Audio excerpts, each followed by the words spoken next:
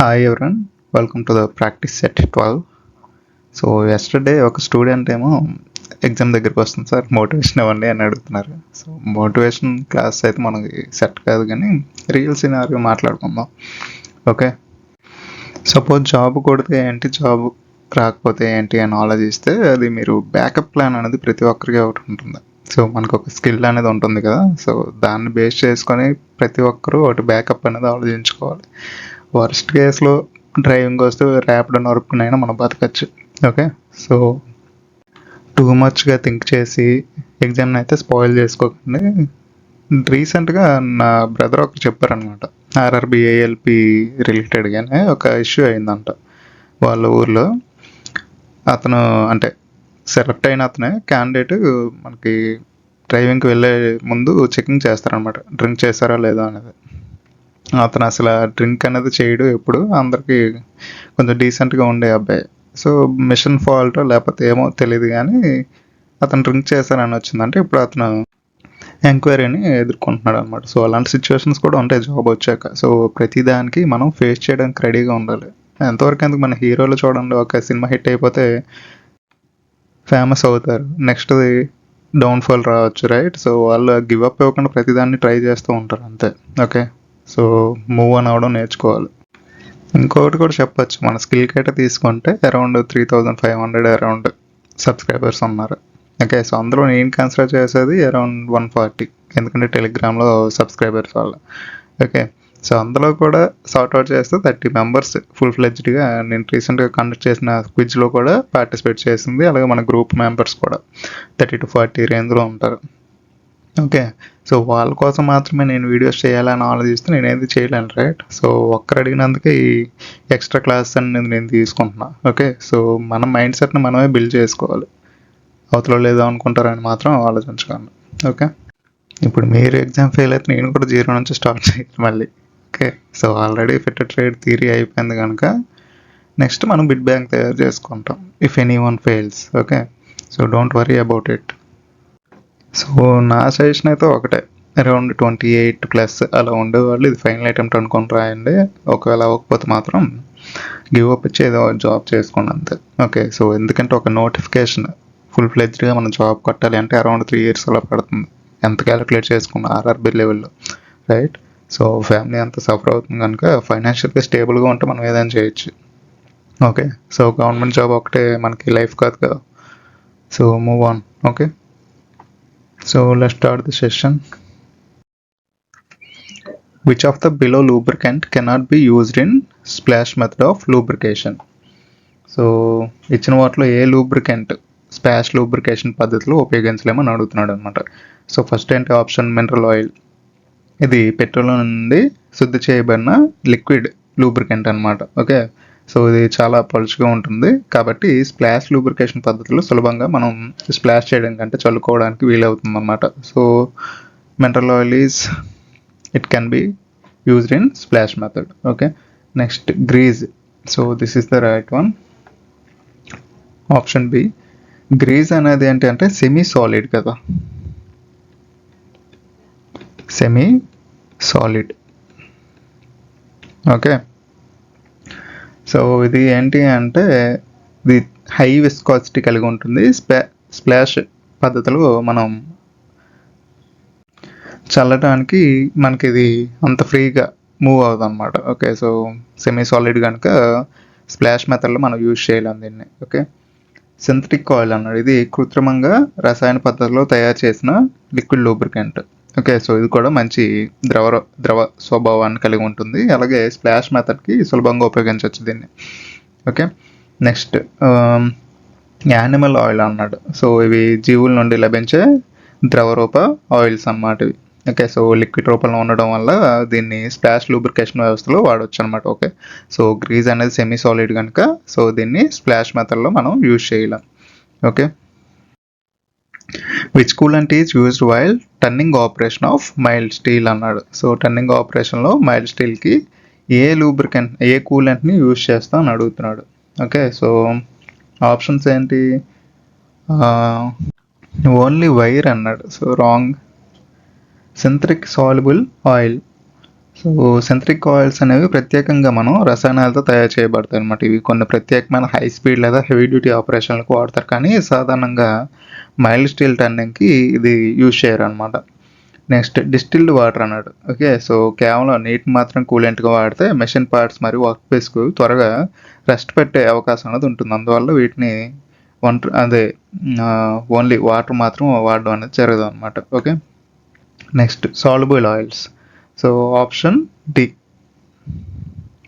So soluble oils అంటే ఏంటి? నీటిలో కరిగే ఆయిల్స్ అనమాట ఇవి. ఓకే, సో మైల్డ్ స్టీల్పై టర్నింగ్ లేదా డ్రిల్లింగ్ వంటి మెషినింగ్ ఆపరేషన్ చేసేటప్పుడు సాధారణంగా నీటిలో కలిసే సాల్యుబుల్ ఆయిల్, ముఖ్యంగా వాటర్ ఆయిల్ ఎమల్షన్స్ ఉంటాయి కదా, సో వాటిని కూలెంట్గా లేదా లూబ్రికెంట్స్గా ఉపయోగిస్తారనమాట. సో ఇది వేడిని సమర్థవంతంగా తగ్గిస్తుంది, అలాగే రెస్ట్ పట్టకుండా ప్రివెంట్ చేస్తుంది అనమాట.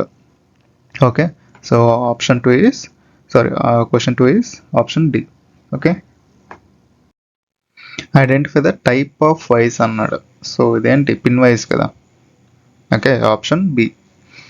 ఓకే, సో హ్యాండ్ వైజ్ అంటే ఏంటి? హ్యాండ్ వైజ్ను చిన్న చిన్న వర్క్ పీస్లను పట్టుకోవడానికి మరియు చేతితో పట్టుకొని ఫైలింగ్ లేదా డ్రిల్లింగ్ చేయడానికి ఉపయోగిస్తాం అనమాట. దీన్ని ఆకృతి అనేది చిన్న ప్లాయ్ లేదా క్లాంప్ వల్లే ఉంటుంది. Okay, so next pin wise అంటే ఇదే మనం ఇక్కడ ఆప్షన్. సో పిన్ వైజ్ అనేది చాలా చిన్న రౌండ్ ఆకారంలో ఉండే వస్తువులు మరియు పిన్లు, నీడిల్స్ షేప్లో అంత చిన్న ఉన్న వాటిని కూడా మనం ఈ పిన్ వైజ్ని యూజ్ చేసి గట్టిగా పట్టుకోవచ్చు అనమాట. ఓకే, సో ఇక్కడ ఇమేజ్లో చూపించినట్టుగా పొడవాటి హ్యాండిల్ మరియు ముందు భాగంలో కొలెట్ కలిగిన చిన్న టూల్ కనిపిస్తుంది అనమాట. ఓకే, సో ఇది ఖచ్చితంగా పిన్ వైజ్ నిర్మాణాన్ని పోలి ఉంటుంది కనుక మనకి ఇక్కడ ఆప్షన్ అనేది బి చూస్ చేసుకున్నాం. ఓకే, సో ఇక్కడ చూసారుగా కొలెట్ షేప్ ఉంటుంది అనమాట, ఇక్కడ maximised. Okay, so swivel wise అన్నాడు. స్వివెల్ వైజ్ అనేది వర్క్షాప్ బెంచ్పై బిగించి పెద్ద వైజ్ అనమాట అది. సో దీన్ని వివిధ కోణాల్లో తిప్పడానికి స్వివెల్ అనేది వీల్గా బేస్ ఉంటుంది అనమాట. Okay, and quick release vice అన్నాడు. సో ఇది త్వరగా జాస్ని తెరవడానికి లేదా బిగించడానికి వీలుగా ప్రత్యేకమైన నట్ మెకానిజం కలిగిన బెంచ్ వైజ్ అనమాట. ఇది కూడా పెద్ద పరిమాణాల్లో ఉంటుంది. Okay, so option B is the right one this question. Okay, a reamer is used to. So option A ఇచ్చాడు, మేక్ డీప్ హోల్స్ అన్నాడు. లోతైన రంధ్రాలు చేయడానికి డ్రిల్ బిట్స్ లేదా బోరింగ్ టూల్స్ అని ఉపయోగిస్తారు, కానీ రేమర్ లోతు పెంచడానికి కాదు కదా. నెక్స్ట్ సెపరేట్ ద ఫైబర్స్ అన్నాడు. సో ఇది కటింగ్కి సంబంధించింది కాదు కదా, సెపరేటింగ్ ద ఫైబర్స్ అంటే. Next enlarge the existing whole అన్నాడు, అంటే ఇప్పటికే ఉన్న రంధ్రం యొక్క పరిమాణాన్ని పెంచడం అని. ఓకే, సో రేమర్ అనేది ఒక రోటరీ ఫినిషింగ్ టూల్ కదా. సో ఇది ఇప్పటికే డ్రిల్ చేయబడిన హోల్ యొక్క డయామీటర్ని చాలా మైన్యూట్ లెవెల్లో ఖచ్చితమైన కొలతను పెంచడానికి, ఉపరితలాన్ని నునుపుగా చేయడానికి మరియు ఖచ్చితత్వాన్ని తీసుకురావడానికి ఉపయోగిస్తాం మనం. So option C is the right one. Okay, so డిఎం ఇచ్చాడు, make holes in thin sheets అన్నాడు. పల్చని షీట్లపై రంధ్రాలు చేయడానికి పంచ్ లేదా సాధారణ డ్రిల్ బిట్స్ వాడతారు, కానీ రేమర్ అనేది కొత్త రంధ్రాలను చేయడానికి కాదు. ఓకే, సో ఆల్రెడీ ఫినిష్ అయిన దాన్ని ప్రిసైజ్ షేప్కి అలాగే డైమెన్షనల్ యాక్యురసీని అచీవ్ చేయడానికి కోసం యూజ్ చేస్తాం మనం రేమర్స్ని. Okay, the application of pressure pads in fixture is to. So option ఏంటి? ఇంక్రీజ్ ద షాక్స్ అన్నాడు.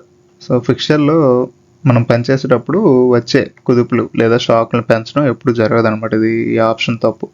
Okay, next increase the vibration అన్నాడు. సో వైబ్రేషన్ పెరిగితే వర్క్ పీస్ ఖచ్చితంగా దెబ్బతింటుంది మరియు టూల్స్ అనేవి త్వరగా పాడైపోతాయి, కాబట్టి వైబ్రేషన్ పెంచడం దీని ఉద్దేశం కాదు.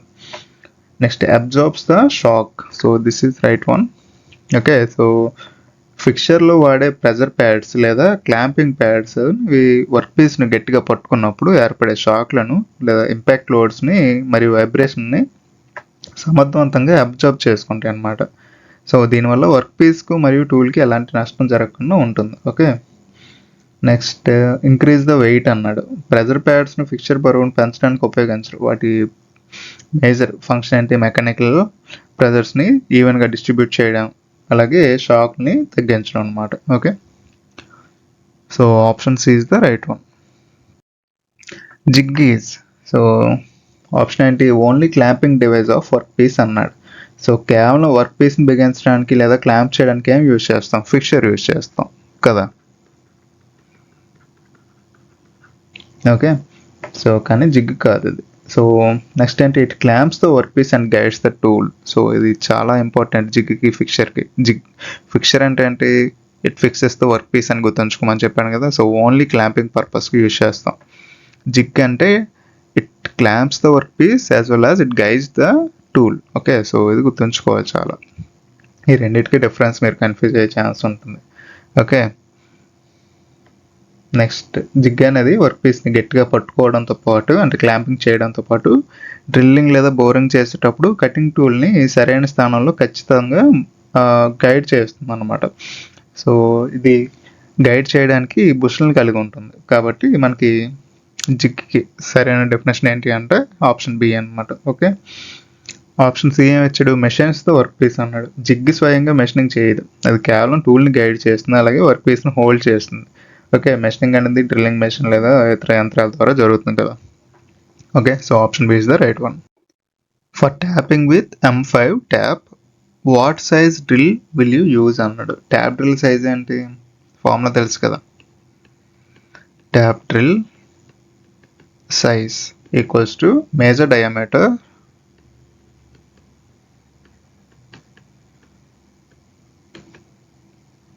Minus pitch.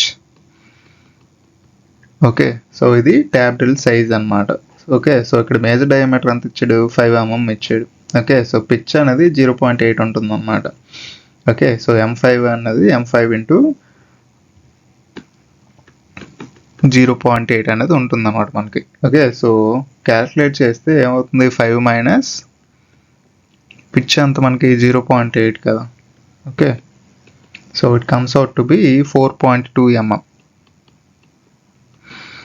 Okay, so option A. Okay, next the damaged external threads are rectified by.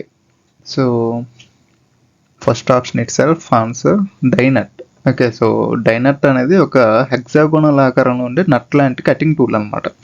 So దీన్ని ఇప్పటికే దెబ్బతిన్నా లేదా జామ్ అయినా లేదా తుప్పు పట్టిన ఎక్స్టర్నల్ థ్రెడ్స్కి, ఓకే, సో అంటే బోల్ట్ పై ఉండే ఎక్స్టర్నల్ థ్రెడ్స్ ఉంటాయి కదా, సో వాటిని శుభ్రం చేయడానికి మరియు రిపేర్ చేయడానికి ఉపయోగిస్తాం అనమాట డైనట్ అన్నది. ఓకే, సో ఎక్స్టర్నల్ థ్రెడ్కి డై, ఇంటర్నల్ థ్రెడ్కి ఏంటి ట్యాప్. ఓకే, సో అది గుర్తుంచుకోమను కదా.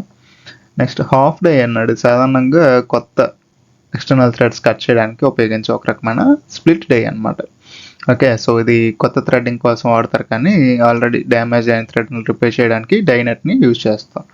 ఓకే, నెక్స్ట్ సర్క్యులర్ డై అన్నాడు. ఇది కూడా మనకి కొత్త ఎక్స్టర్నల్ థ్రెడ్స్ని కట్ చేయడానికి యూజ్ చేస్తాం సర్క్యులర్ డై అన్నది. Okay, next adjustable screw plate die అన్నాడు. దీన్ని సన్నని రాడ్లపై చిన్న థ్రెడ్స్ని కట్ చేయడానికి లేదా సర్దుబాటు చేయడానికి ఉపయోగిస్తాం. ఓకే, సో ఇది కొత్త థ్రెడ్డింగ్ పనుల కోసం ఎక్కువగా ఉపయోగపడుతుంది అన్నమాట. Okay, so option A is the right one. For lapping non ferrous metal the suitable abrasive is. So option ఏ ఇచ్చారు డైమండ్. డైమండ్ అనేది హార్డెస్ట్ మెటీరియల్ కదా. సో దీన్ని టంగస్టన్ కార్బైడ్, గ్లాస్, సిరామిక్స్, అలాగే కొన్ని రకాల నాన్ ఫెరస్ మెటీరియల్స్పై సూక్ష్మమైన ల్యాపింగ్ చేయడానికి ఉపయోగిస్తాం. సో నెక్స్ట్ అల్యూమినియం ఆక్సైడ్ అన్నది. దీన్ని సాధారణంగా సాఫ్ట్ స్టీల్ మరియు ఫెరస్ మెటల్స్ ల్యాపింగ్ కోసం యూజ్ చేస్తాం. Silicon carbide. సో ఇది చాలా వేగంగా కట్ చేసే అబ్రాసివ్. దీన్ని hard and steel, cast iron, అలాగే నాన్ ఫెరస్ మెటల్స్ పై ల్యాపింగ్ చేయడానికి ప్రత్యేకంగా యూజ్ చేస్తాం అన్నమాట. Okay, so all of these కాదు. So silicon carbide is the right one. Okay, okay, non ferrous లోహాలపై ఖచ్చితమైన ల్యాపింగ్ మరియు మెరుగైన సర్ఫేస్ ఫినిష్ సాధించడానికి సిలికాన్ కార్బైడ్ అనేది మనకి అత్యంత అనుకూలమైన అబ్రాసివ్ అన్నమాట. Okay, so option C. The process of finishing off round holes by means of bonded abrasive stone is called. So that is okay, option wise వెళ్దాం. Lapping అన్నాడు. Lapping అనేది loose abrasive powder మరియు oil మిశ్రమాన్ని ఉపయోగించి అత్యంత సూక్ష్మమైన finishing సాధించే ప్రక్రియ అనమాట. Okay, so good surface finish ఒప్టైన్ చేయడానికి ల్యాపింగ్ని యూజ్ చేస్తాం అన్నమాట. ఇది ప్రత్యేకంగా బాండెడ్ స్టోన్తో చేసేది కాదు. ఇక్కడ ఏమన్నాడు, బాండెడ్ అబ్రాసివ్ స్టోన్ అన్నాడు కదా. ఓకే, సో అది గుర్తుంచుకోవాలి మీరు. ఓకే, సింపుల్గా చెప్పేయచ్చు కూడా. సో నెక్స్ట్ ఆప్షన్ ఏంటి, రీమింగ్. రీమింగ్ అనేది multi tooth cutting tool. Okay. So దీంతో ఇప్పటికే ఉన్న హోల్ యొక్క డయామీటర్ని కొద్దిగా పెంచి అలాగే సర్ఫేస్ ఫినిష్ చేసే ప్రక్రియ ఇది. బోరింగ్ అంటే చెప్పుకున్నాం. బోరింగ్ అనేది సింగిల్ పాయింట్ కటింగ్ టూల్ ఉపయోగించి వర్క్ పీస్లో హోల్ యొక్క డయామీటర్ని పెద్ద చేసే మెషినింగ్ ఆపరేషన్ అనమాట. సో ఇక్కడ మీరు కన్ఫ్యూజ్ అయ్యేది ఎక్కడ అంటే ల్యాపింగ్, హార్నింగ్కి వచ్చేటప్పటికి ఈ బాండెడ్ అబ్రాసివ్ స్టోన్ అనేది ఉంటుంది, అది గుర్తుంచుకోండి. ఓకే. సో హార్నింగ్ అనేది మనకి రౌండ్ హోల్స్ అత్యంత ఖచ్చితత్వంతో ఫినిషింగ్ చేయడానికి ఉపయోగించే ఒక అబ్రాసివ్ మెషినింగ్ టూల్ అనమాట. ఓకే. సో ఇందులో చిన్న అబ్రాసివ్ గ్రిడ్స్తో కూడిన బాండెడ్ అబ్రాసివ్ స్టోన్ని హోల్లోకి పంపి రొటేషన్ ద్వారా, అంటే రోటరీ అండ్ రెసిప్రోకేటింగ్ మోషన్ ఉంటుంది దీంట్లో. ఓకే. సో ఈ రెండింటి ద్వారా మనం ఫినిషింగ్ అనేది obtain చేస్తాం అనమాట. ఓకే. సో ఇలా మనకి ఒక హోల్ ఉందనుకోండి, ఇందులోకి మనకి అబ్రాసివ్ స్టిక్ అనేది ఇన్సర్ట్ చేస్తాం. ఓకే. సో ఇదేమవుతుంది, ఇది రొటేట్ అవుతూ ఉంటుంది at the same time to and fro motion. So వీడియోలో కూడా నేను క్లియర్గా చెప్పాను కదా. సో అలా టు అండ్ ఫ్రో మోషన్ అవడం వల్ల ఇన్సైడ్ ఉన్న సర్ఫేస్ అనేవి ఫినిష్ అవుతాయి అనమాట. Okay. So super finish operation చేయడం కోసం ఈ హార్నింగ్ టూల్ని యూజ్ చేస్తాం మనం. Okay. Water consumption per capita per day for domestic purpose as per Indian standards is. So మనకి 150 లీటర్లు అన్నాడు. కొన్ని పెద్ద నగరాల్లో లేదా ప్లంబింగ్ సిస్టమ్ ఉన్న గృహాలకు ప్రత్యేక సందర్భాల్లో ఈ పరిమాణాన్ని పరిగణలోకి తీసుకుంటారు, కానీ సాధారణంగా గృహ అవసరాల కోసం సగటు ఇది కాదనమాట. Next 135 is the right answer. Okay. So 135 litres. Okay. So bureau of Indian standard IS 1172 ప్రకారం భారతదేశంలో సాధారణ పరిస్థితుల్లో గృహ అవసరాలైన తాగునీరు, వంట చేయడం, స్నానం చేయడం, బట్టలు ఉతకడం అండ్ ఫ్లషింగ్, గృహ శుభ్రత వంటి వాటి కోసం ఒక రోజుకి ఒక వ్యక్తి 135 లీటర్లు ఓకే నీరు అవసరం అని నిర్ధారించబడింది అనమాట. ఓకే. సో 100 లీటర్స్ అనేది ఇది కొన్ని ప్రత్యేక ప్రాంతాలు, అంటే తక్కువ నీటి సరఫరా వ్యవస్థలో ఉన్న రెసిడెన్షియల్ ప్రాజెక్టులకి ఇది వర్తిస్తుంది అనమాట. 75 అనేది ఈ పరిమాణం సాధారణ పట్టణ గృహాలకు చాలా తక్కువ అనమాట. సో గ్రామీణ ప్రాంతాల్లో కొన్ని నిర్దిష్ట పథకాలకు తక్కువ కేటాయింపులు ఉండొచ్చు, కానీ ఇది ప్రామాణిక గృహ వినియోగంకి కాదనమాట. So 135 is the best one. The standard pipe fittings are provided with threads conforming with. So pipe and threads అని చూసినప్పుడు ఏం చెప్పాను, పి ఉందా లేదా చూసుకోవాలి. సో BSP అంటే British standard pipe threads. Okay. So option C అనమాట. సో ఇక్కడ BA అంటే బ్రిటిష్ అసోసియేషన్ అనమాట. సో నేను చెప్పాను కదా రీసెంట్గా. So it is used for tiny screws in precision instrument and electronics. Okay. Next BSW అంటే ఏంటి, British standard Whitworth. So general purpose of fastening thread for nut and బోల్ట్స్కి use చేస్తాం మనం ఇక్కడ. ఓకే. సో ఇక్కడ BSP అంటే British standard pipe అని చెప్పాం కదా. పైపులు, ట్యూబ్లు మరియు పైప్ ఫిట్టింగ్లు అంటే ఎల్బోస్, సాకెట్స్, వాల్స్ వాటిలో ఉండే లీక్ ప్రూఫ్ కనెక్షన్ కోసం ప్రత్యేకంగా BSP థ్రెడ్స్ని మనం అంతర్జాతీయంగా మరియు భారత ప్రమాణాల ప్రకారం ఉపయోగిస్తాం అనమాట. సో ఇది పైప్ జాయింట్లో ఫ్లూయిడ్స్ లేదా గ్యాస్ లీక్ కాకుండా గట్టిగా బిగించడానికి సహాయపడుతుంది అనమాట. Okay. Next metric. So metric threads అనేవి ISO మెట్రిక్ థ్రెడ్స్ సాధారణంగా మెకానికల్ ఫ్యాజనర్స్, మెషిన్ పార్ట్స్లో వాడతారు అనమాట. Okay. So BSP is the right one.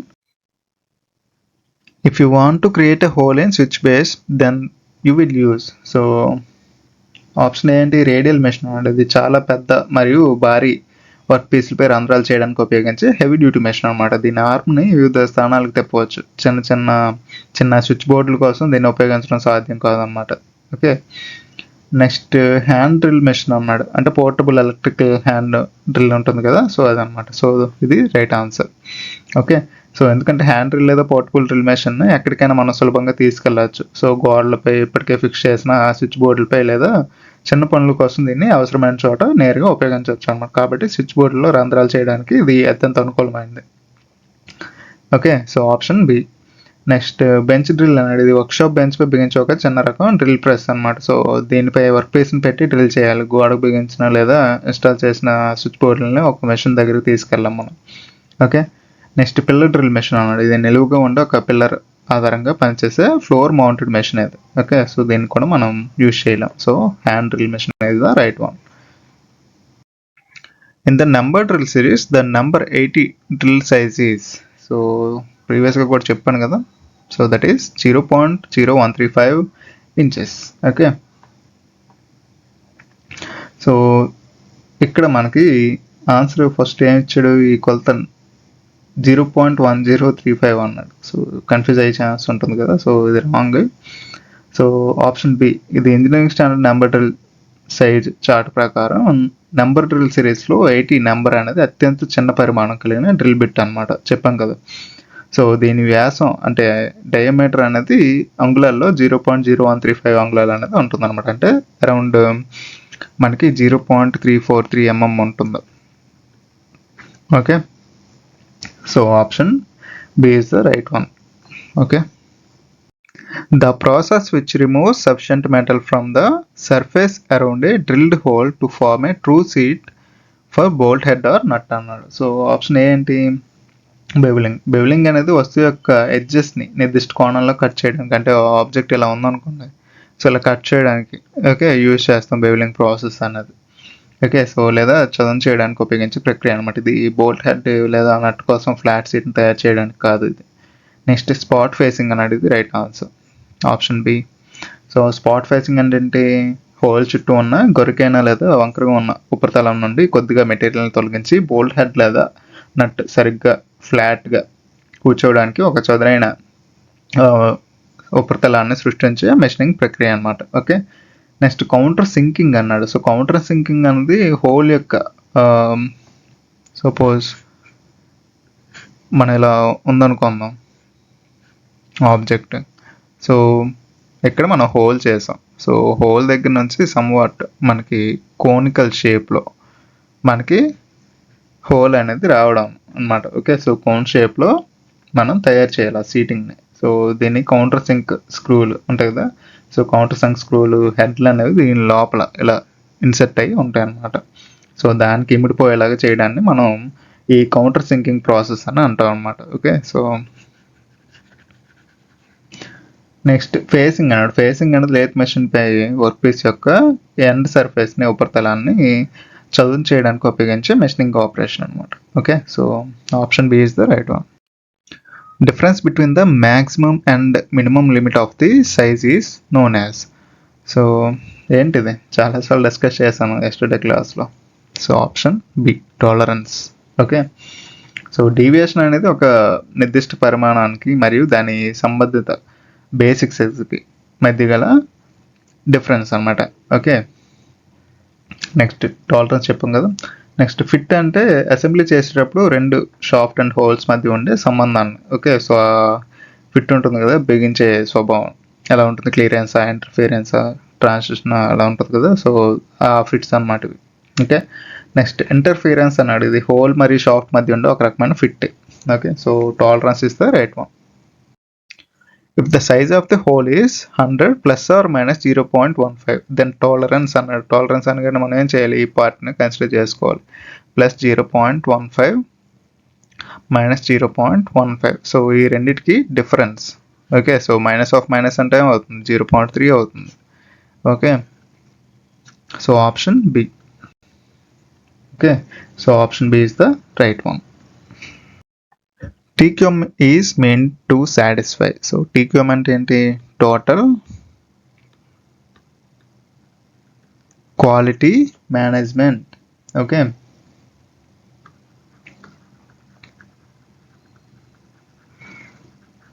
What is TQM అంటే టోటల్ క్వాలిటీ మేనేజ్మెంట్ అనమాట. సో ఆప్షన్స్ చూద్దాం. So TQM is meant to satisfy అన్నాడు. So option ఏంటి, shareholders TQM ద్వారా అంటే టోటల్ క్వాలిటీ మేనేజ్మెంట్ ద్వారా సంస్థలో నాణ్యత అనేది మెరుగవుతుంది కదా, అలాగే ప్రొడక్షన్ పెరుగుతుంది, లాభాలు వస్తాయి. దీని ద్వారా వాటాదారులకు మంచి డివిడెండ్స్ అంటే ప్రాఫిట్స్ వస్తాయి కదా, సో ఆర్థిక భద్రత అనేది అందించి వారిని సాటిస్ఫై చేస్తుంది. Right one. నెక్స్ట్ కన్జ్యూమర్స్ అన్నాడు. సో TQM యొక్క మెయిన్ ఆబ్జెక్ట్ ఏంటి, కస్టమర్ సాటిస్ఫాక్షన్. సో నాణ్యమైన ఆబ్జెక్ట్స్ అంటే ఉత్పత్తుల్ని మరియు సేవలను అందించడం ద్వారా వినియోగదారుల అంచనాలు అందుకోవడం దీని ముఖ్య ఉద్దేశం కదా, సో ఇది కూడా right one. Next people in the organisation అన్నాడు, సంస్థలోని ఉద్యోగులు సిబ్బంది గురించి. సో టీక్యూఎం అనేది కేవలం కస్టమర్ల గురించే కాకుండా సంస్థలో పనిచేసే ప్రతి ఉద్యోగికి మెరుగైన పని వాతావరణం, భాగస్వామ్యం మరియు నైపుణ్యాభివృద్ధి అందించే వారిని సంతృప్తి పరుస్తుంది అనమాట. So all of these. Okay, so option D అనమాట. Okay, due to the safety of core of which file it is used for filing a surface at an angle of 90 degrees to the surface already refined అన్నాడు. So అంటే ఏ file యొక్క edge సురక్షితంగా ఉండడం వల్ల, అంటే safe edge అని మాట్లాడుకున్నాం కదా ఫైల్స్ కాన్సెప్ట్లో, సో అది ఉండడం వల్ల ఇప్పటికే ఫినిష్ చేయబడిన ఉపరితలానికి 90 డిగ్రీస్ కోణంలో ఉన్న మరొక ఉపరితలం ఫైలింగ్ చేయడానికి దీన్ని ఉపయోగిస్తారని అడుగుతున్నాడు. సో ఆప్షన్ ఏ ఏంటి, ఫ్లాట్ ఫైల్ అన్నాడు. ఫ్లాట్ ఫైల్ అనేది సాధారణ ఉపరితలాలు మరియు ఫ్లాట్ పనుల కోసం వాడే స్టాండర్డ్ ఫైల్ అనమాట. సో దీన్ని ఎడ్జెస్ కూడా టీత్ ఉంటాయి కాబట్టి 90 డిగ్రీస్లో మనం ఫైల్ చేసేటప్పుడు ఆల్రెడీ పక్కన ఉన్న ఉపరితలానికి గీతలు పడే ప్రమాదం అనేది ఉంటుందన్నమాట. నెక్స్ట్ ఏంటి, హ్యాండ్ ఫైల్. హ్యాండ్ ఫైల్ అనేది రైట్ ఆన్సర్ అనమాట మనకి. ఓకే, సో హ్యాండ్ ఫైల్ యొక్క ఫేసెస్ అనేవి డబుల్ కట్ ఉంటాయి. సో కానీ దీని అంచులు అనేవి, ఎడ్జెస్ అనేవి, ఒక ఎడ్జ్ అనేది సేఫ్ ఎడ్జ్గా ఉంటుంది అనమాట. అంటే దానిపైన టీత్ అనేవి ఉండవు. సో ఈ ప్రత్యేక కారణం వల్ల ఇప్పటికే ఫినిష్ చేయబడిన పక్కన ఉన్న ఉపరితలాలు ఎటువంటి డ్యామేజ్ లేకుండా, గీతలు పడకుండా 90 డిగ్రీస్ కోణంలో ఉన్న ఇంటర్నల్ రైట్ యాంగిల్స్, ఓకే, వాటిని సురక్షితంగా ఫైలింగ్ చేయడానికి దీన్ని ఉపయోగిస్తాం అనమాట. ఓకే, సో స్క్వేర్ ఫైల్ అన్నాడు. స్క్వేర్ ఫైల్ అనేది చతురస్రాకారపు హోల్స్ మరియు కీ వేస్ట్ చేయడానికి ఉపయోగిస్తాం, కానీ దీనికి సేఫ్ ఎడ్జ్ అనేది ఉండదు. Okay, next triangular file. ఇది త్రిభుజాకారం గ్రూవ్స్ అంటే 60 డిగ్రీ కంటే ఎక్కువ కోణాలు ఉన్న ప్రాంతాలను ఫైల్ చేయడానికి ఉపయోగిస్తాం అన్నమాట. Okay, so option B is the right one. Name the file which has a rectangular shape with teeth only at the bottom face used for automobile bodies. Okay, so ఇది గుర్తుంచుకోమని చెప్పి ఆటోమొబైల్ బాడీస్కి ఏంటి use చేస్తారు, tinkers file. Okay, so option D. Okay, so tinkers file అనేది use చేస్తాం అనమాట automobile బాడీస్కి. So that ఇక్కడ ఏం మెన్షన్ చేశాడు, teeth only at the bottom face అన్నాడు. సో ఇది కూడా దీని మెయిన్ పర్పస్ కదా. సో ఎలా ఉంటుందో సమ్ వాట్ మీకు గుర్తుండొచ్చు. సో ఎలా ఉండి టీత్ అనేవి కింద ఉంటాయి అన్నమాట. సో టింకర్స్ ఫైల్ అనేసి ఒకసారి క్విక్గా రివ్యూ చేయండి పీడిఎఫ్లో. ఓకే, సో ఆప్షన్ ఏం ఇచ్చాడు, రిఫ్లర్ ఫైల్ అండ్ రిఫ్లర్ ఫైల్స్ అనేవి డై సింకింగ్, ఎంగ్రేవింగ్, అలాగే కాంప్లెక్స్ లేదా వంకటింకరగా ఉండే ఉపరితలాలు మరియు రంధ్రాలను ఫైల్ చేయడానికి ఉపయోగిస్తారన్నమాట. ఇది ఆటోమొబైల్ బాడీల కోసం కాదు. బిల్స్ ఆఫ్ ఫైల్స్ అన్నాడు. దీన్ని సాధారణంగా సాట్ విత్, ఓకే, అంటే కలప కోసే రంపపు పళ్ళు ఉంటాయి కదా, సో రంపం యొక్క టీత్, సో వాటిని పదును పెట్టడానికి మరియు లేత్ మెషిన్పై తేలికపాటి ఫినిషింగ్ పనుల కోసం ఉపయోగిస్తాం అనమాట బిల్స్ ఆఫ్ ఫైల్స్ అనేవి. ఓకే, నెక్స్ట్ క్రాస్ ఫైల్స్ అన్నాడు. Sorry, crossing files. Crossing files రెండు వైపులా వంపు తిరిగి ఉంటాయి అనమాట, కాన్వెక్స్ సర్ఫేస్ ఉంటాయి. సో వీటిని ఇన్సైడ్ కర్వ్స్ లేదా రౌండ్ హోల్స్ ఫైల్ చేయడానికి ఉపయోగిస్తాం అన్నమాట. సో టింకర్ ఫైల్ లేదా ఆటోమొబైల్ బాడీ ఫైల్ అని కూడా అంటారు దీన్ని. ఓకే, సో అందుకే నేను అక్కడ ఆటోమొబైల్ బాడీస్ అనేది మార్క్ చేశాను. ఓకే, సో ఈ టింకర్ ఫైల్ అనేది దీన్ని ఆటోమొబైల్ బాడీ ఫైల్ అని కూడా అంట, అది గుర్తుంచుకోవాలి. సో ఇది దీర్ఘచతురస్రాకారంలో ఉండి కేవలం దాని కింద వైపు బాటమ్ ఫేస్ మాత్రమే ప్రత్యేకంగా మందపాటి దంతాలను అంటే టీత్ని కలిగి ఉంటాయి అన్నమాట. ఓకే, సో దీన్ని కార్ల బాడీలు మరియు షీట్ మెటల్ ఉపరితలాలపై ఉన్న డెంటల్ గరుకుదనాన్ని తొలగించి స్మూత్గా చేయడానికి యూజ్ చేస్తాం అన్నమాట. సో మేజర్గా ఆటోమొబైల్ బాడీ రిపేర్స్కి యూజ్ చేస్తాం. Okay, so option D. The file having a rectangular shape with teeth only at the bottom face is, ఇప్పుడే చెప్పుకున్నాగా టింకర్స్ ఫైల్ అనమాట. Option C. Okay, mostly the arc blow happens during welding with. So arc blow అనేది ప్రధానంగా ఏ రకమైన welding సమయంలో జరుగుతుంది అని అడుగుతున్నాడు. సో ఆప్షన్ ఏ చూద్దాం, DC welding machine. Okay, so direct current సరఫరా ఉపయోగించినప్పుడు విద్యుత్ ప్రవాహం మరియు దానివల్ల ఏర్పడే మ్యాగ్నెటిక్ ఫీల్డ్ ఒకే దిశలో స్థిరంగా ఉంటాయి అన్నమాట. సో ఈ మ్యాగ్నెటిక్ ఫీల్డ్స్ అనేవి అన్బ్యాలెన్స్డ్గా మారినప్పుడు ఆర్క్ తన మార్గాన్ని తప్పి పక్కకు తప్పుకుంటుంది అనమాట. సో ఆర్క్ బ్లో అనేది జరుగుతుంది కాబట్టి డీసీ వెల్డింగ్లో ఆర్క్ బ్లో అనేది చాలా ఎక్కువగా ఉంటుంది. ఓకే, సో ఇది కూడా ఉంటుంది అనమాట. So next AC welding machine అన్నాడు. సో ఏసీ అంటే ఆల్టర్నేటింగ్ కరెంట్ సరఫరాలో విద్యుత్ ప్రవాహ దిశలు ప్రతి సెకండ్కు అనేక సార్లు మారుతూ ఉంటుంది కదా. సో దీనివల్ల మ్యాగ్నెటిక్ ఫీల్డ్ అనేది స్థిరంగా ఉండదు కాబట్టి ఏసీ వెల్డింగ్లో ఆర్క్ బ్లో సమస్య చాలా తక్కువగా లేదా దాదాపు ఉండదు. ఓకే, సో అది గుర్తుంచుకోవాలి మీరు, ఆర్క్ బ్లో అనేది ఉండదు. నెక్స్ట్ ఆప్షన్స్ ఏమి ఇచ్చాడు, బేర్ ఎలక్ట్రోడ్ అన్నాడు, అంటే కోటింగ్ లేని బేర్ ఎలక్ట్రోడ్ అనమాట. ఓకే, సో ఎలక్ట్రోడ్పై ఫ్లక్స్ కోటింగ్ ఉన్నప్పుడు అది ఆర్క్ను ఒక దిశలో కేంద్రీకరించి స్థిరంగా ఉంచుతుంది. కానీ బేర్ ఎలక్ట్రోడ్ అంటే కోటింగ్ లేని ఎలక్ట్రోడ్స్ వాడినప్పుడు ఆర్క్ను నియంత్రించే ఫ్లక్స్ ఉండదు కాబట్టి ఆర్క్ అనేది సులభంగా డిఫ్లెక్ట్ అయ్యే ఛాన్స్ ఉంటుంది. సో ఆర్క్ బ్లోకి గురవుతుంది అనమాట. Okay, so both A and C is the right answer. Okay, option D అనమాట. The welding defect which can be inspected visually అన్నాడు. సో అంటే కంటితో నేరుగా చూడగలిగే వెల్డింగ్ లోపాలు ఏంటి అని అడుగుతున్నాడు. సో ఆప్షన్ ఏ ఏంటి, అండర్ కట్ అన్నాడు. వెల్డింగ్ చేసేటప్పుడు బేస్ మెటల్ కరిగిపోయి వెల్డ్ బీడ్ అంచుల్లో స్లాట్స్ లాగా లేదా గాడ్లు అనేవి పడతాయి కదా, సో ఏర్పడతాయి. సో దాన్ని అండర్ కట్ అంటారు అనమాట. సో ఇది వెల్డ్ జాయింట్ బయట వైపే స్పష్టంగా కనిపిస్తుంది కాబట్టి దీన్ని విజువల్గా మనం అర్థం చేయొచ్చు. పోరోసిటీ అన్నాడు. వెల్డింగ్ మెటల్ గడ్డగట్టేటప్పుడు లోపల గ్యాస్ బబుల్స్ అనేవి ఇరికిపోయి చిన్న చిన్న హోల్స్గా ఏర్పడతాయి అనమాట. ఒకవేళ ఈ హోల్స్ అనేవి వెల్డ్ ఉపరితలంపై ఉంటే అంటే సర్ఫేస్ పోరోసిటీ అనేది ఉంటే వాటిని విజువల్ ఇన్స్పెక్షన్ ద్వారా మనం స్పష్టంగా చూడొచ్చు అనమాట. నెక్స్ట్ స్పాటర్ అన్నాడు. వెల్డింగ్ చేసే సమయంలో కరిగిపోయిన మెటల్ తుంపర్లు అనేవి వెల్డ్ జాయింట్ చుట్టూ ఉన్న వర్క్ పీస్ ఉపరితలంపై పడి చిన్న చిన్న చుక్కల్లాగా అతుక్కుపోయి ఉంటాయి అనమాట. ఇవి వెలుపలే స్పష్టంగా కనిపిస్తాయి కాబట్టి వీటిని సులభంగా మనం గుర్తించవచ్చు. So all of these is the right one. Option D. What is the most common gas in the atmosphere? Okay, maximum percentage అడిగాడు. Okay, so that is nitrogen. Okay, so oxygen అనేది 21% మాత్రమే. ఓకే, సో ఇది carbon dioxide అంతా 0.04% ఉంటుంది around. Next nitrogen అనేది 78% ఉంటుంది. Okay,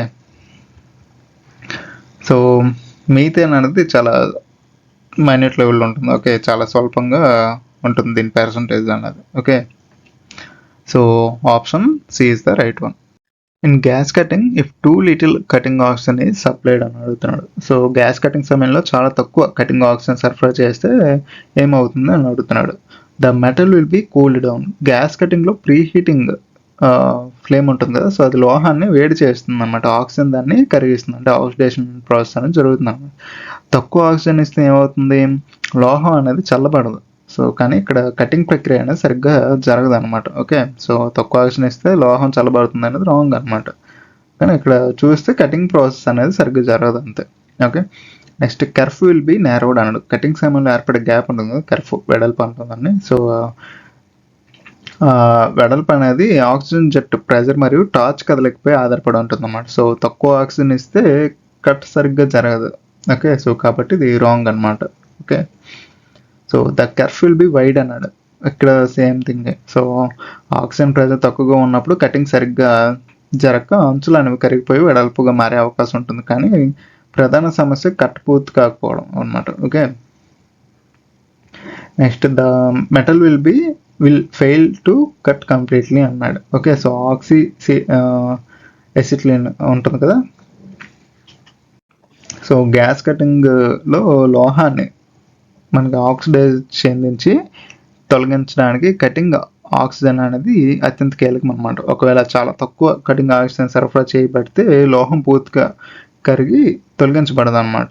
so లోహం పూర్తిగా కట్ అవ్వడం కోసం మనం సరైన ఆక్సిజన్ని సరఫరా చేయాలి. ఓకే, సో ఇక్కడ మనకి too little cutting oxygen supply అన్నాడు కనుక ఇది పూర్తిగా కట్ చేయడంలో విఫలం అవుతుంది అన్నమాట. So it fails to cut completely. So option D is the right one. Okay, increasing iron groove or slots are made in series are used for. So అసలు ఈ స్టేక్ ఏంటి అనేది మీకు తెలియాలి, రైట్? సో ఇక్కడ ఇమేజ్లో చూడండి, ఇది క్రేసింగ్ ఐరన్ స్టేక్ అనమాట. So okay, so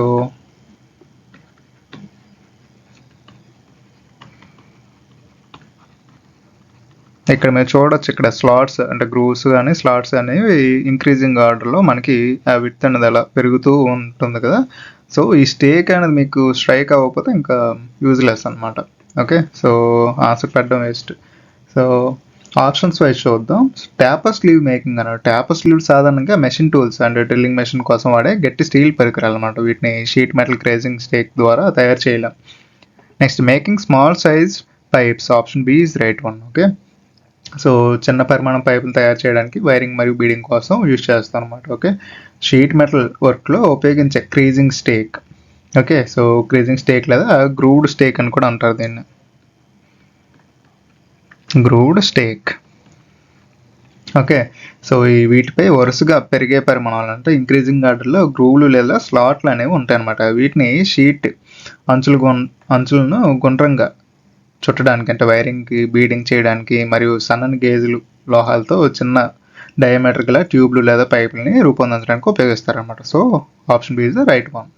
next edge folding అన్నాడు. సో ఎడ్జ్ ఫోల్డింగ్కి సాధారణంగా హ్యాచెట్ స్టేక్ని యూజ్ చేస్తాం మనం.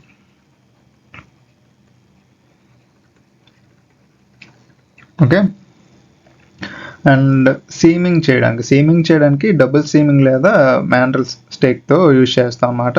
ఓకే, సో ఇక్కడ మనకి గ్రోవ్ స్లాట్స్ అని చెప్పాడు కనుక మనకి so making small size pipes అనేది రైట్ ఆన్సర్ అన్నమాట. Okay, so creasing iron stake మనం యూజ్ చేసేది స్మాల్ సైజ్ పైప్స్ని తయారు చేయడం కోసం. Okay, sheet metal work is carried out only on metal sheets which are. So sheet metal పని కేవలం ఏ పద్ధతి ద్వారా తయారు చేయబడిన మెటల్ షీట్లపై మాత్రమే నిర్వహించబడుతుంది అన్నాడు. ఫోర్జ్డ్ అన్నాడు ఫస్ట్ ఆప్షన్. ఫోర్జ్ చేయబడినవి అంటే ఫోర్జింగ్ అంటే హ్యామరింగ్ ప్రాసెస్తో చేయబడినవి అనమాట. సో ఫోర్జింగ్ అనేది లోహాన్ని వేడి చేసి సుత్తితో లేదా ప్రెజర్ ద్వారా కావాల్సిన షేప్కి తెచ్చే ప్రక్రియ కదా. సో దీని ద్వారా పెద్ద బ్లాక్లు లేదా విడిభాగాలు తయారవుతాయి కానీ పల్చన షీట్లు అనేవి తయారవు. Okay, neglected. నెక్స్ట్ క్యాస్ట్ అన్నాడు. క్యాస్ట్ చేసినవి. ఓకే, సో క్యాస్టింగ్ అనేది మనకి లిక్విడ్ మోల్టన్ మెటల్ని అచ్చుల్లోకి పోసి మనం గట్టిగా చేసి అంటే కూలింగ్ చేశాక మనం వచ్చే ఆబ్జెక్ట్స్ అనమాట. సో దీని ద్వారా ఏంటి ఇంజిన్ బ్లాక్లు వంటి కొన్ని కాంప్లెక్స్ భాగాలు తయారవుతాయి, షీట్ మెటల్స్ కావు. ఓకే, నెక్స్ట్ రోల్డ్ అన్నాడు. ఇది రైట్ ఆన్సర్ అనమాట. Okay, so option C. Okay, rolling చేయబడినవి.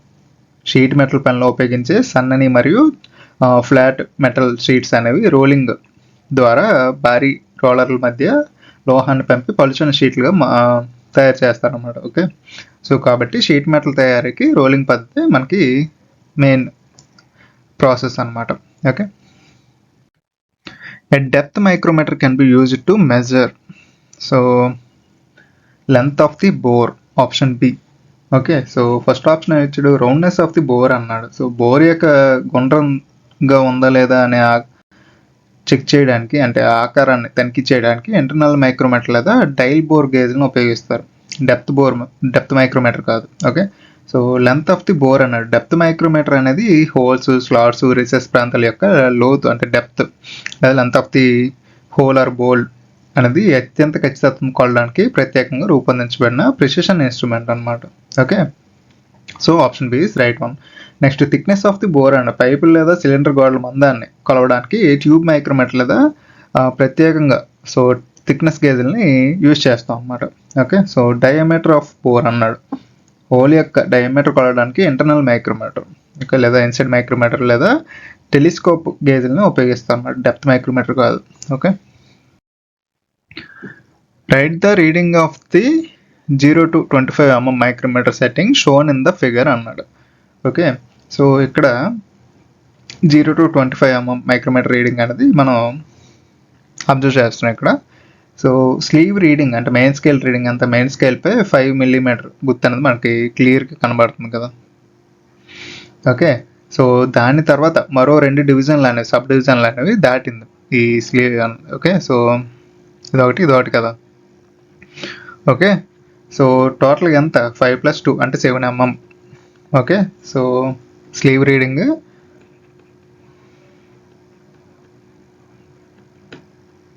7 mm. So 5 mm + 2 mm sub divisions 2 దాటే కదా. సో 7 mm అనేది ఫైనల్ అనమాట మనకి. Okay, next thimble division reading ఎంత, థింబుల్ చూద్దాం.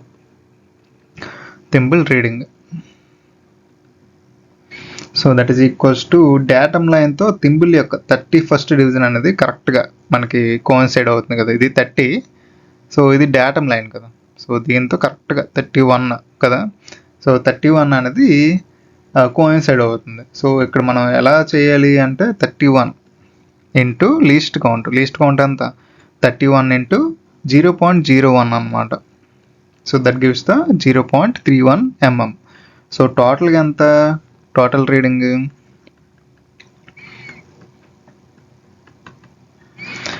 7 mm. ఓకే, రాద్దాం స్లీవ్ రీడింగ్ అలానే. Okay, sleeve reading plus thimble reading అనమాట.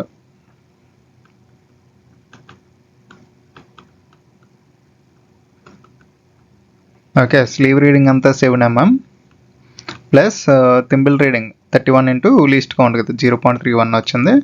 So it gives the 7.31 mm. Okay, so option D. Okay, so option D is the right one. I will erase it. Okay, the least count of the metric micrometer అన్నాడు. So 0.01 కదా, option B. Okay, when scribing line with a surface gauge, the angle between the point of the scriber and the surface of the job is kept. Okay, surface గేజ్తో గీతలు గీసేటప్పుడు అంటే scribing చేసేటప్పుడు scriber పాయింట్కి మరియు job ఉపరితలానికి మధ్య ఉండే కోణం ఎంత ఉండాలి అని అడుగుతున్నాడు.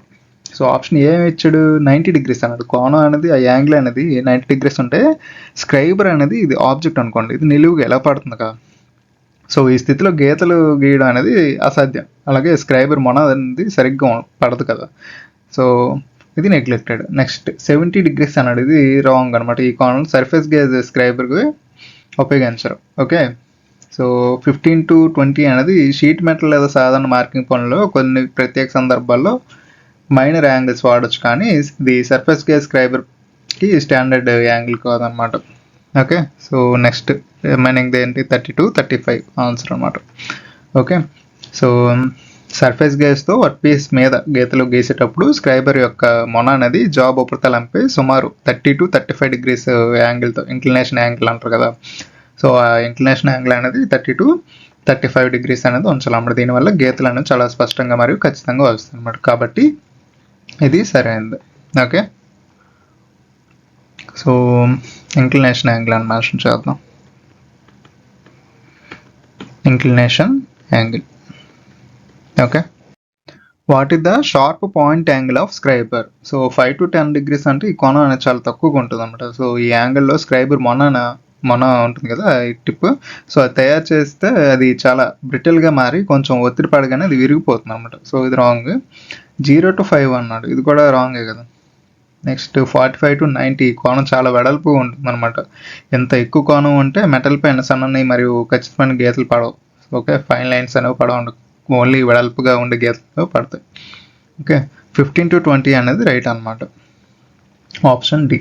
సో ఒక లోహం ఉపరితలంపై అత్యంత ఖచ్చితమైన మరియు సన్నని గీతలు గీయడానికి వీలుగా స్క్రైబర్ మొన అనేది సాధారణంగా 12 to 15 degrees ఉంటుంది అన్నమాట. లేదా కొన్ని స్టాండర్డ్ బుక్స్లో ఏంటంటే జనరల్గా 12 to 15 degrees అనేది ఉంటుంది. కొన్నిసార్లు 15 to 20 degrees అని కూడా మెన్షన్ చేస్తారు, అది కూడా గుర్తుంచుకోండి. ఓకే, సో ఈ రిలేటెడ్గా 15 to 20 is the right answer. Okay, so 12 to 15 అనేది మేజర్గా బుక్స్లో అట్లా ఉంటుంది. కొన్నిసార్లు ఇలా ఎగ్జామినేషన్లో కూడా 15 to 20 అని మెన్షన్ చేస్తారు. Okay, the base of universal surface gauge is made up of, so that is made up of cast iron. Okay, so base అన్నాడు, base of the universal surface gauge. Okay, so universal surface gauge యొక్క base అనేది ఈ పరికరంలో అత్యంత బరువుగా ఉండే భాగం కదా. సో ఇది పనిచేసేటప్పుడు ఎలాంటి కదలికలు లేకుండా స్టేబుల్గా, ఓకే స్టెబిలిటీ అనేది మ్యాటర్స్ ఇక్కడ. ఓకే, స్టేబుల్గా ఉండడానికి సహాయపడుతుంది అనమాట. ఓకే, సో దీని సాధారణంగా క్యాస్ట్ ఐరన్ లేదా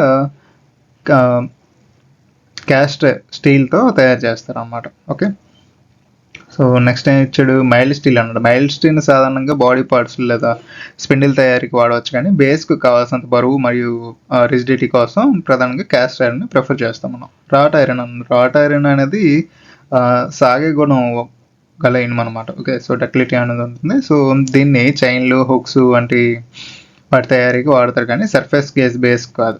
నెక్స్ట్ బ్రాంజ్ అనేది రాగి తగరం యొక్క మిశ్రమం కదా. సో దీన్ని బేరింగ్లు మరియు బుషింగ్ తయారీలో వాడతారు. Okay, error of measurement. So error అంటే ఏంటి? True value minus measured value కదా. Option A. ఓకే, సో మనకి మెట్రాలజీ రిలేటెడ్గా ఎర్రర్ అంటే మనం కొలిచిన విలువ అంటే మెజర్డ్ వాల్యూ మరియు ఆ వస్తువు యొక్క నిజమైన విలువ ట్రూ వాల్యూకి మధ్య గల డిఫరెన్స్ అనమాట. Okay, so error equals to measured value minus true value అని కూడా అనొచ్చు మనం కొన్నిసార్లు. ఓకే, సో కొన్నిసార్లు కేవలం డిఫరెన్స్ని రిప్రజెంట్ చేయడానికి లేదా మ్యాగ్నిట్యూడ్లో మనకి true value minus measured value అని కూడా రాస్తాం మనం. ఓకే, సో ఎలాగైనా ఎర్రర్ అనేది మన మ్యాగ్నిట్యూడ్ రిలేటెడ్గా ఉంటుంది కనుక so true value minus measured value అయినా అవ్వచ్చు, లేదా measured value minus true value అయినా అవ్వచ్చు. సో ఓకే, సో ఎర్రర్ అంటే ఈ రెండింటికి మధ్య డిఫరెన్స్ మాత్రమే. ఓకే, సో అది గుర్తుంచుకోండి. Next precision minus true value అన్నాడు, ఇది రాంగ్. మెజర్డ్ వాల్యూ ప్రిసిషన్ అనేది కూడా wrong. Okay, option A. Match the following అన్నాడు. వాట్ అనేది దేనికి? పవర్కి కదా. Okay, 4 unit. Okay, so watt అనేది పవర్కి యూనిట్. నాట్ అన్నాడు దేనికి? అది speed of the ship 3 nautical mile అన్నాడు. So that is for navigation I think కదా, 2. నెక్స్ట్ రిమైనింగ్ డి క్యాలరీ అంటే heat 1, 4, 3, 2, 1. Okay, option C.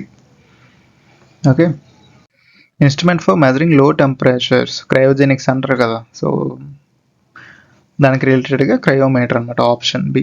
Okay, so cryometer అనేది అతి తక్కువ ఉష్ణోగ్రతలు అంటే వెరీ లో టెంపరేచర్స్ కొలవడానికి ఉపయోగించే థర్మోమీటర్ అనమాట. సో క్రయోజెనిక్స్ రంగంలో అత్యల్ప ఉష్ణోగ్రతల అధ్యయనానికి ఇది ఉపయోగపడుతుంది అనమాట. సో డయోగోమీటర్ అంటే వివిధ పదార్థాల యొక్క ఎలక్ట్రికల్ కండక్టివిటీ లేదా విద్యుత్ ప్రవాహాన్ని కొలవడానికి ఉపయోగించే ఒక రకమైన ఎలక్ట్రోస్కోప్ అనమాట ఇది. నెక్స్ట్ క్రోమాటోప్టోమీటర్, ఇది ఏంటి అంటే ఇది రంగుల భావన లేదా కలర్ బ్లైండ్నెస్ని గుర్తించడానికి ఉపయోగించే పరికరం ఉంటుంది. నెక్స్ట్ సైమోమీటర్, ఇది frequency of electric waves oscillations మరియు వేవ్ మోషన్ కొలవడానికి ఉపయోగించే పరికరం అనమాట. Okay, so option B is the right one. Okay, cryometer. 1 square meter is equal to which of the following అన్నాడు. ఓకే, సో ఇక్కడ మనం చూస్తే 1 మీటర్ తెలుసు కదా, ఎన్ని ఫీట్స్ వస్తాయి? 3.28084 ఫీట్స్ కదా, అన్ని అడుగులు వస్తాయి అన్నమాట. ఓకే, సో 1 square meter అంటే మనం స్క్వేర్ చేయాలి అంతే కదా. 3.28084 into feets. Okay, into 3.28084 feet అనమాట. So it comes around 10.7639. Okay, 39 square feets వస్తుంది. ఓకే, సో ఇది సుమారుగా 10.764 చదరపు అడుగులకి రిలేటెడ్గా ఉంది కనుక so option D. Okay, okay, so 10.764కి రిలేటెడ్గా ఉంది కనుక దగ్గరగా అరౌండ్ ఉంది కనుక ఆప్షన్ డి అనమాట. Okay, what is the momentum of a moving body? Momentum formula తెలుసు కదా మనకి, ఏంటి? మాస్ ఇంటూ వెలాసిటీ, అదే అడిగాడు ఇక్కడ. ఆప్షన్ బి అన్నాడు. Okay, so force into velocity అన్నాడు. సో ఫోర్స్ ఇంటూ వెలాసిటీ అనేది మొమెంటమ్కి రిలేటెడ్ కాదు. సో మాస్ ఇంటూ వెలాసిటీ అనేది మనకి మొమెంటమ్కి రిలేటెడ్ అనమాట. Okay, so mass into acceleration అంటే ఫోర్స్ అది. Okay, dash is used for fire caused by electricity in factory. So that is CTC అనమాట, carbon tetrachloride. Okay, so water అనేది electrically conductive కదా. So we not use this water on electrical fires. Okay, so soil అనేది మనకి ఇది కూడా కొంచెం prevent చేయొచ్చు, but factory లెవెల్లో మనం మట్టిని లేదా ఇసుకని యూజ్ చేయం, ఓన్లీ ఫైర్ ఎక్స్టింగ్విషర్ మాత్రమే యూజ్ చేస్తాం కదా. Okay, next all of these అన్నమాట wrong. Okay, so CTC is the right one. Which of the following fire extinguisher agent is suitable for live electrical fires. So ఇక్కడ నేను ఎందుకు చెప్పానంటే carbon tetrachloride అనేది మనం ప్రీవియస్గా చెప్పుకున్నాం, బట్ ఇక్కడ కార్బన్ డైఆక్సైడ్ అనేది ఇచ్చినప్పుడు కార్బన్ డైఆక్సైడ్నే ప్రిఫర్ చేయాలి. ఎందుకు అంటే కార్బన్ డైఆక్సైడ్ ఎక్స్టింగ్విషర్ అనేది మన నాన్ కండక్టర్ కదా, సో విద్యుత్తుని ప్రవాహం చేయదు. సో ఇది మంటలపై ఒక గ్యాస్ లేయర్లా ఏర్పరిచి ఆక్సిజన్ సరఫరాని నిలిపివేస్తుంది అన్నమాట. సో లైవ్ ఎలక్ట్రికల్ పరికరాలకు ఎలాంటి నష్టం కలగకుండా మరియు విద్యుత్ షాక్ ప్రమాదం లేకుండా మంటలను ఆర్పడానికి CO2 అనేది అత్యంత అనుకూలమైనది మరియు స్టాండర్డ్ ఏజెంట్ అనమాట. సో ఇలాంటి ఎలక్ట్రికల్ ఫైర్స్ యూజ్ చేసేటప్పుడు మనం అయ్యేటప్పుడు CO2 లేదా డ్రై పౌడర్ని యూజ్ చేస్తాం అన్నమాట. ప్రీవియస్గా CTC అని చెప్పారు కదా సార్ అంటే ఇది ఎలక్ట్రికల్ మంటలను ఆర్పడానికి ఉపయోగపడుతుంది, కానీ ఇది విడుదల చేసే గ్యాసెస్ అంటే ఫైర్తో ఇది కెమికల్ రిలేటెడ్ కదా. CTC అంటే కార్బన్ టెట్రాక్లోరైడ్ కదా. ఓకే, సో అది ఫైర్తో కంబైన్ అయినప్పుడు కెమికల్ రియాక్షన్ అయ్యి విషవాయువుల్ని వ్యాప్తి చేస్తుంది అనమాట. సో ఇన్ జనరల్గా ప్రీవియస్గా యూజ్ చేసేవాళ్ళు, బట్ ప్రజెంట్ మనకి కార్బన్ డైఆక్సైడ్ని యూజ్ చేస్తున్నారు అనమాట, ఎందుకంటే ఇది సేఫ్ కాదు కదా.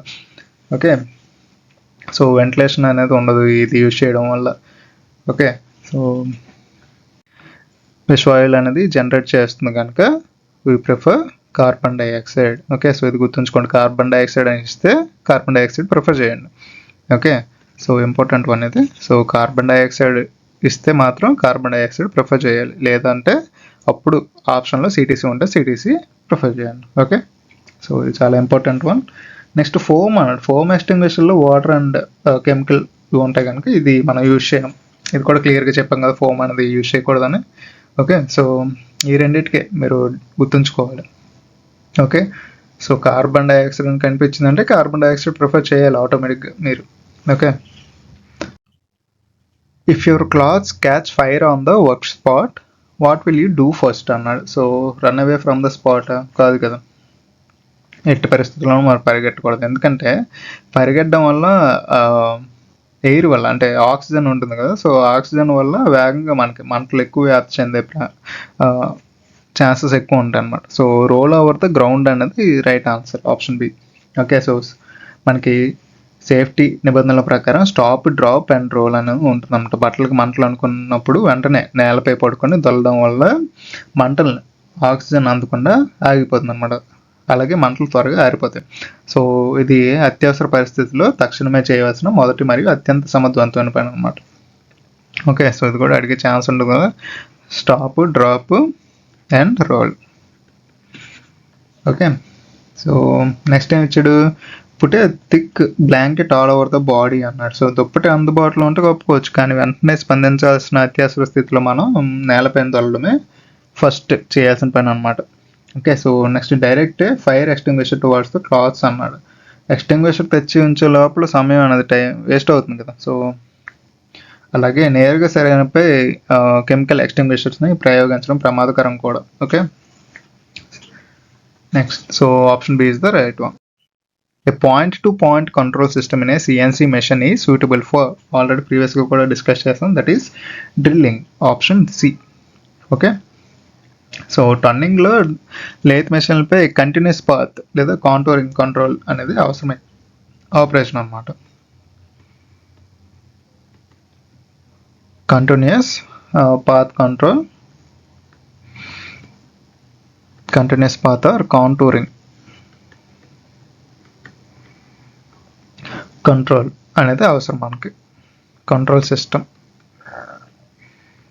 ఓకే, సో నెక్స్ట్ గ్రైండింగ్ అనేది ఏంటి, గ్రైండింగ్ పనుల్లో కూడా మనం ఉపరితలాన్ని సమానంగా చేయడానికి కంటిన్యూస్ మోషన్ అనేది అవసరం అన్నమాట. ఓకే,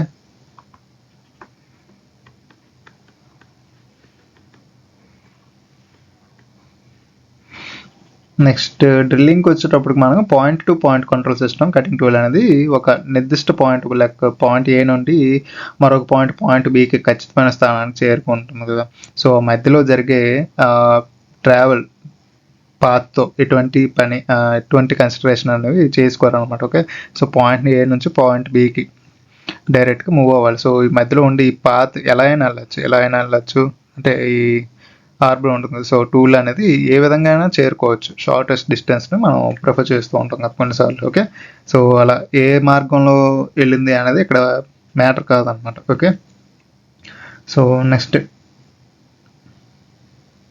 అలాగే drilling, boring, tapping, spot facing వంటి ఆపరేషన్లో టూల్ కేవలం ఖచ్చితమైన హోల్డ్ చేయాల్సిన లొకేషన్కి వెళ్ళి పనిచేస్తుంది అన్నమాట. కాబట్టి మనకి ఇక్కడ పాయింట్ టు పాయింట్ కంట్రోల్పై ఆధారపడి ఉంటుంది. Next milling. సాధారణంగా మిల్లింగ్ ఆపరేషన్లో కాంటోరింగ్ లేదా కంటిన్యూస్ పాత్ కంట్రోల్ అనేది అవసరం అన్నమాట. Okay, same continuous path or contouring control.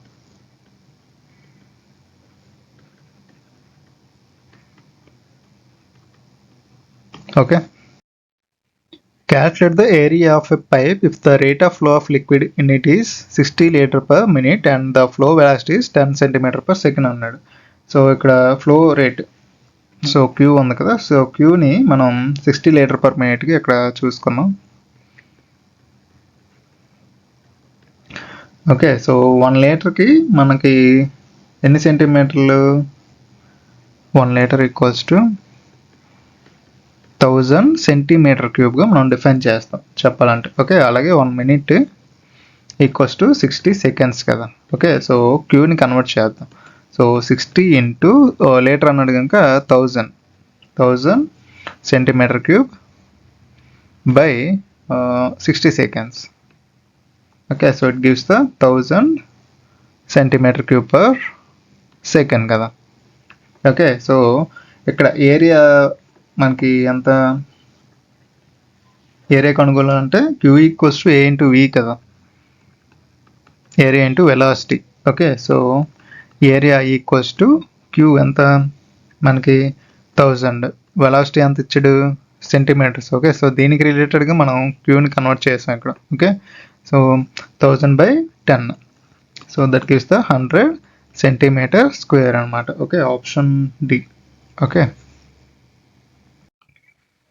Periodic inspection of machineries is a part of. So periodic inspection అంటే ఏంటి, ప్రివెంటివ్ మెయింటెనెన్స్ కదా. సో చాలాసార్లు చెప్పాను కదా, మళ్ళీ డిస్కస్ చేయడం waste. Okay, intake manifold is situated between the 2 cylinder banks on. So అంటే intake manifold, ఏ రకమైన ఇంజిన్లో ఇంటేక్ మ్యాన్ఫోల్డ్ 2 సిలిండర్ల బ్యాంకుల మధ్య అమర్చబడి ఉంటుంది అన్నాడు. సో ఎక్కడ మనకి ఆప్షన్ ఏంటి, V5 అన్నాడు. ఆటోమొబైల్స్లో V5 ఇంజిన్ కాన్ఫిగరేషన్ సాధారణంగా యూజ్ చేయం మనం. ఓకే, సో రాంగ్, V8 అన్నాడు. సో V రకం ఇంజిన్లో మనకి V6, V8, V12. Okay, so సిలిండర్లు అనేవి V షేప్లో ఉంటాయి అన్నమాట. ఓకే, సో ఇటువైపు కొన్ని ఉంటాయి, ఇటువైపు కొన్ని ఉంటాయి అన్నమాట. V8 అంటే ఇటువైపు 4 ఉంటాయి, ఇటువైపు 4 ఉంటాయి అన్నమాట. ఓకే, సో ఈ వి ఆకారంలో 2 వేరువేరు బ్యాంక్స్గా అమర్చబడి ఉంటాయి అన్నమాట. ఈ 2 బ్యాంకుల మధ్య ఏర్పడే ఖాళీ స్థలంలో వి వ్యాలీ అంటే గాలి మరియు ఇంధనం మిశ్రమాన్ని సిలిండర్కి అందించే ఇంటేక్ మ్యాన్ఫోల్డ్ అనేది ఉంటుందన్నమాట. సో V8 అనేది రైట్ అనమాట మనకి. Okay, so option B. Okay, a torque converter transfers rotating power of the engine into. So first option అంటే transmission, option A is right. So transmission లేదా gear box. Okay, so automatic transmission వాహనాల్లో torque converter అనేది engine యొక్క flywheel వైపు నుండి వచ్చే transmission fluid ద్వారా టర్బైన్కు అందిస్తుంది అనమాట. అక్కడ నుంచి ఈ శక్తి అనేది ట్రాన్స్మిషన్ అవుతుంది. సో ఇన్పుట్ షాఫ్ట్కి బదిలీ చేయబడుతుంది అనమాట.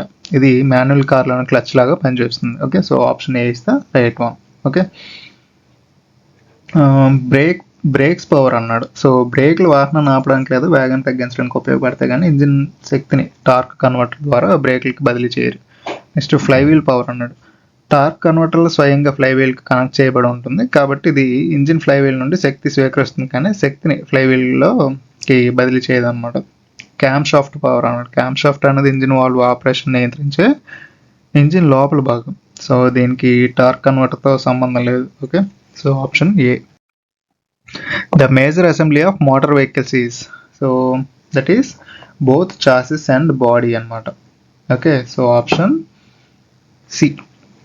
ఓకే, సో ఎందుకు అంటే ఆటోమొబైల్ ఇంజనీరింగ్ ప్రకారం ఒక పూర్తి మోటార్ వెహికల్ అనేది ప్రధానంగా చాసిస్ అలాగే బాడీ అనే 2 భాగాల కలయికతో తయారవుతుంది. చాసిస్ కదిలే శక్తిని ఇస్తే బాడీ అనేది వాహనానికి ఆకారాన్ని ఇస్తుంది, అలాగే రక్షణ ఇస్తుంది అనమాట. ఓకే, సో ఈ 2 major important. Okay, assemblies. Okay, barrel roller bearing it is also called self aligning roller అనమాట. Okay, so barrel roller bearings అనేవి స్వభావ సిద్ధంగా సింగిల్ రో లేదా డబుల్ రో స్పెరికల్ రోలర్స్ ఇవి. ఓకే, ఇప్పుడు టెర్మినాలజీ వినరు కదా, సో ఇవి స్పెరికల్ రోలర్స్.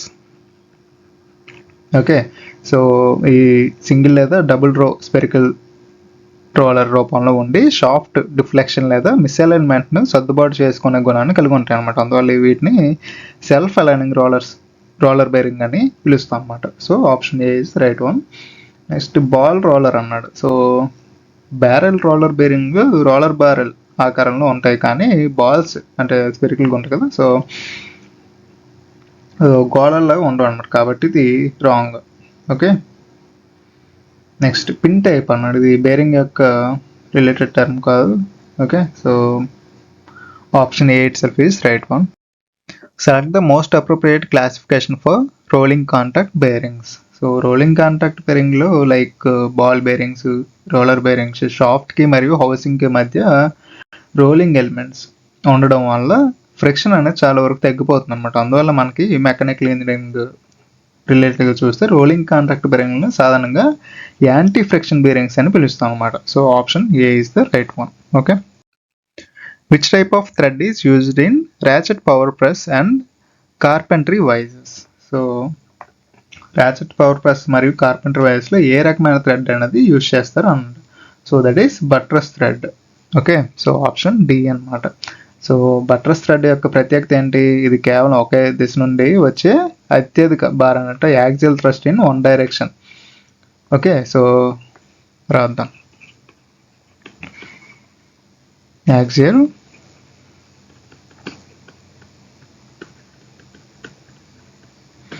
సో దీని ద్వారా చాలా బలంగా తట్టుకోగలం. సో ర్యాచెట్ పవర్ ప్రెస్లు మరియు కార్పెంటరీ ప్రెస్ల్లో ఒకే వైపు నుండి ఎక్కువ ఒత్తిడి మరియు బలం ప్రయోగించబడుతుంది, కాబట్టి అక్కడ బట్రస్ థ్రెడ్ని ఎక్కువగా యూజ్ చేస్తాం. ఓకే, సో స్క్వేర్ థ్రెడ్ అనేది ఏంటి? స్క్వేర్ థ్రెడ్ పవర్ని అది ఒక దిశ నుంచి మరొక దిశకి సమర్థవంతంగా బదిలీ చేస్తుంది అనమాట. అయితే దీనికి తయారీ ఖర్చు ఎక్కువ.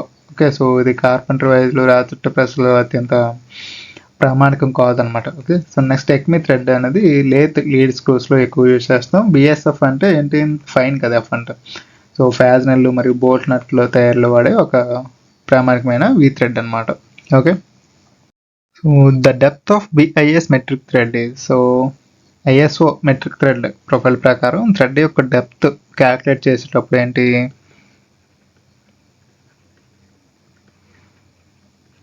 ఫార్ములా 0.866 ఇంటూ పి అనమాట, అంటే pitch. Okay, so but in జనరల్గా మనం ఏం చేస్తాం? ఎక్స్టర్నల్ అండ్ ఇంటర్నల్ థ్రెడ్లో ఎఫెక్టివ్ డెప్త్ లేదా వర్కింగ్ డెప్త్ ఫార్ములా ఏమవుతున్నప్పుడు 2 times కదా, సో 6.34 అవుతుంది అనమాట. 134 sorry. External or internal thread effective depth are working depth అనుకోవచ్చు. సో దానికి 0.6134 times ద పిచ్ లేదా 0.614 అని కూడా అంటారు. ఓకే, సో ఇవి ఫార్ములాస్ అనమాట. ఓకే, సో ఆప్షన్ డి అనమాట. Okay, A locking device extensively used in automobile industry is. So first image చూద్దాం. ఇక్కడ చూసారుగా క్యాజిల్ నట్, రింగ్ నట్, సా నట్. ఓకే, సో దీన్ని స్వాన్ నట్ అని కూడా అంటారు. ఓకే, నెక్స్ట్ జామ్ నట్. సో ఈ రింగ్ నట్కి వచ్చేటప్పుడు కొన్నిసార్లు ఇలా కూడా ఉంటుంది, రింగ్ లాగా పైన. ఓకే, సో దీని ద్వారా ఏంటంటే మనం ట్విస్ట్ చేసేటప్పుడు ఈజీగా రొటేట్ అవ్వడానికి కూడా ఉంటుంది, అదొక టైప్ కూడా ఉంటుంది. ఓకే, సో మళ్ళీ కన్ఫ్యూజ్ అవ్వకండి. సో ఇక్కడ ఆటోమొబైల్ రిలేటెడ్గా అనేది ఇవి అనమాట. ఓకే, సో క్యాజిల్ నట్ అనేది రైట్ ఆన్సర్ మనకి ఇక్కడ. సో క్యాజిల్ నట్లో ఏంటి? క్యాజిల్ నట్ పై భాగంలో స్లాట్స్ ఉంటాయి అనమాట. ఆటోమొబైల్ రంగంలో వైబ్రేషన్లు ఎక్కువగా ఉండే ప్రాంతాల్లో నట్టు ఊడిపోకుండా ఉండడానికి దీన్ని స్ప్లిట్ నట్, ఓకే, స్ప్లిట్ పిన్ సహాయంతో లాక్ చేస్తారు. ఇక్కడ మీరు చూడొచ్చు, పిన్ ఆన్ చూసారా? సో స్లాట్స్ ద్వారా ఈ బోల్ట్కి హోల్ ఉంటుంది అనమాట. సో దాంట్లో నుంచి ఇన్సర్ట్ చేసి ఈ స్లాట్ ద్వారా సిట్ అయ్యేలా చేస్తారు అనమాట. ఓకే, సో మీకు చెప్పాలంటే మనకి ఫ్యాన్స్కి పైన యూజ్ చేస్తాం. సో బోల్ట్కి హోల్ ఉంటుంది, బట్ ఇక్కడ ఏంటి? నట్కి అవుట్ సైడ్ అంటే ఈ నట్ అనేది ఊడిపోకుండా ఇక్కడ అనేది సేఫ్టీ పిన్ అనేది మనం పెడతాం. బట్ ఇక్కడ ఏంటి, ఆ వైబ్రేషన్స్ ద్వారా ఈ నట్ అనేది ఊడిపోకుండా స్లాట్స్ అనేవి పెడతాం, దాంట్లో ఇది ఇన్సెట్ అవుతుంది అనమాట. ఓకే, సేఫ్టీ పర్పస్కి. ఓకే, సో సీలింగ్ ఫ్యాన్స్కి యూజ్ చేసే పర్పస్ ఇక్కడ కూడా మనం యూజ్ చేస్తాం. ఓకే, సో బట్ అక్కడ ఏంటి, ఇక్కడ పిన్ ఇలా బయట నుంచి వస్తుంది, హోల్ ఉంటుంది కనుక. ఓకే, సో ఇక్కడ నట్ అనేది ఉంటుంది అనమాట, ఇక్కడ స్లాట్స్లో సిట్ అవుతుంది అంతే, సేమ్. ఓకే, సో సా నట్ అన్నాడు. సో ఈ సా నట్ ఏంటి, ఒక లాకింగ్ నట్ అయినప్పటికీ ఆటోమొబైల్లో కాజిల్ నట్ ఎక్కువగా యూజ్ చేస్తాం. ఓకే, సో ఇక్కడ చూసారుగా, ఇక్కడ చిన్న స్లాట్ ఉంటుంది, స్లాట్ ఉండి తర్వాత కీ హోల్ ఉంటుంది నట్కి. సో దట్ ఏంటి, నట్ అండ్ బోల్ట్స్కి అసెంబ్లీ అనేది ఈజీ అవుతుంది అనమాట, ఒక స్క్రూ ద్వారా ఫిట్ చేస్తాం. ఓకే, నెక్స్ట్ రింగ్ నట్. రింగ్ నట్ అనేది సాధారణంగా బేరింగ్లు లేదా కొన్ని ప్రత్యేకమైన గుండ్రని భాగాలకు బిగించడానికి వాడతాం అనమాట. నెక్స్ట్ జామ్ నట్. జామ్ నట్ అనేది మెయిన్ నట్ లాక్ చేయడానికి పక్కన బిగిస్తాం, అక్కడ మీరు చూడొచ్చు. ఓకే, సో కానీ హై వైబ్రేషన్ ఉండే ఆటోమేటివ్ అప్లికేషన్స్లో యూజ్ చేయం. ఓకే, క్యాజిల్ నట్నే యూజ్ చేస్తాం అనమాట. గిబ్ head is used for joining the two components of any machine. In what proportion does the length of the key varies with respect to its diameter అన్నాడు. So ఇక్కడ gib head key is a type of tapered sunk key కదా. Okay, so ఇప్పుడు అయితే raised head. Okay, ఇమేజ్లో చూడొచ్చు, ఇలా ఉంటుంది అనమాట. Okay, so larger and facilitates the easy extraction during the disassembly. Okay, so ఈ పోర్షన్ అనేది ఈజీగా మనం రిమూవ్ చేయడానికి ఫీజిబిలిటీ అనేది ఉంటుంది అనమాట, లార్జ్ పోర్షన్ ఉంది కదా. సో బేసిక్గా విడ్త్ అనేది మనకి d/4 టైమ్స్ ఉంటుంది అనమాట. ఓకే, సో అలాగే thickness d/6 times.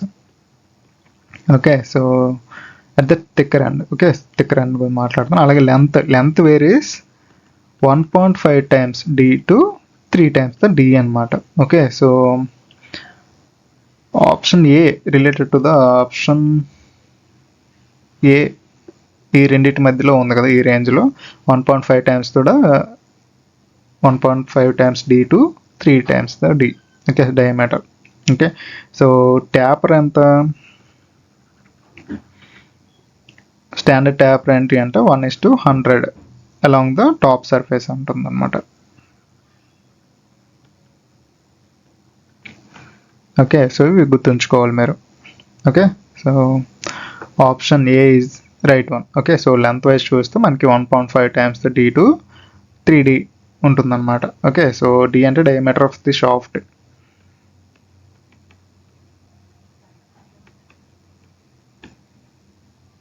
Okay, so option A is the right one. Washer is used to. So washer ఎందుకు యూజ్ చేస్తాం, option A cover the whole clearance of the job అన్నాడు. Okay, so whole పరిమాణం bolt కంటే కొంచెం పెద్దగా ఉన్నప్పుడు నట్ లేదా bolt head హోల్లోకి దిగిపోకుండా వాషర్ అనేది అడ్డుకుంటుంది, కానీ కేవలం క్లియరెన్స్ కవర్ చేయడం మాత్రమే దీని మేజర్ ఆబ్జెక్టివ్ కాదనమాట.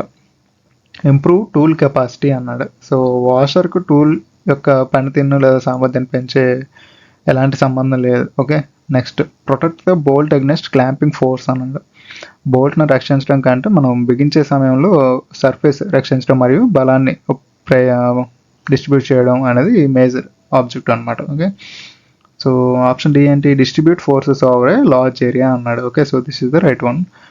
ఓకే, సో నట్ లేదా బోల్ట్ హెడ్ బిగించినప్పుడు దాని కింద ఉండే వాషర్ ఆ క్లాంపింగ్ ఫోర్స్ని ఒక పెద్ద ఉపరితలం పైన వైశాల్యం అరౌండ్ సమానంగా అంటే ఈవెన్గా డిస్ట్రిబ్యూట్ చేయాలన్నమాట. Okay, distribute force over a large area. So దీనివల్ల ఏంటి, జాబ్ లేదా మెటీరియల్ ఉపరితలం అనేది దెబ్బతినకుండా ఉంటుందన్నమాట. సో వైబ్రేషన్ వల్ల నట్ వాడంతట అవే లూజ్ కాకుండా సహాయపడుతుంది. Okay, so option D.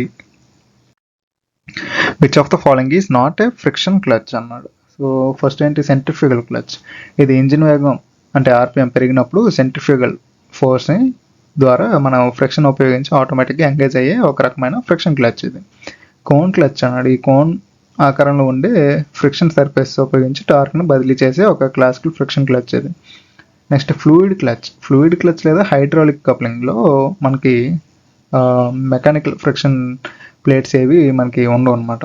Okay, so దీనికి బదులుగా మనం ఆయిల్ లేదా ఫ్లూయిడ్ యొక్క మోషన్ ద్వారా ట్రాన్స్మిషన్ని శక్తిని బదిలీ చేస్తుంది అనమాట. అందువల్ల ఇది ఫ్రిక్షన్ క్లచ్ కాదనమాట. ఓకే, సో హైడ్రాలిక్ పరికరం కనుక ఇది option C is the right one. Disc clutch అన్నాడు, ఇది కూడా ఫ్రిక్షన్ లైనింగ్ కలిగిన క్లచ్ ప్లేట్లను ఉపయోగించి పనిచేసే అత్యంత సాధారణ ఫ్రిక్షన్ క్లచ్ అనమాట. In rotary machinery power equals to torque అంటే రోటరీ మెషిన్లో పవర్కి ఫార్ములా అడుగుతున్నాడు అనమాట. సో లీనియర్ మోషన్కి ఏంటి మనకి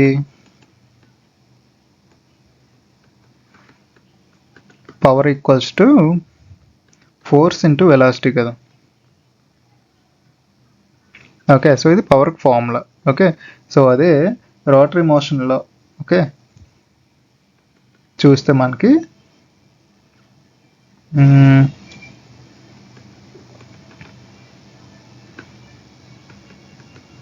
రొటేటింగ్ మోషన్ లేదా ఏమంటారు యాంగులర్ మోషన్ అనుకోవచ్చు. సో దీంట్లో పవర్కి ఫార్ములా ఏంటి, torque into angular velocity.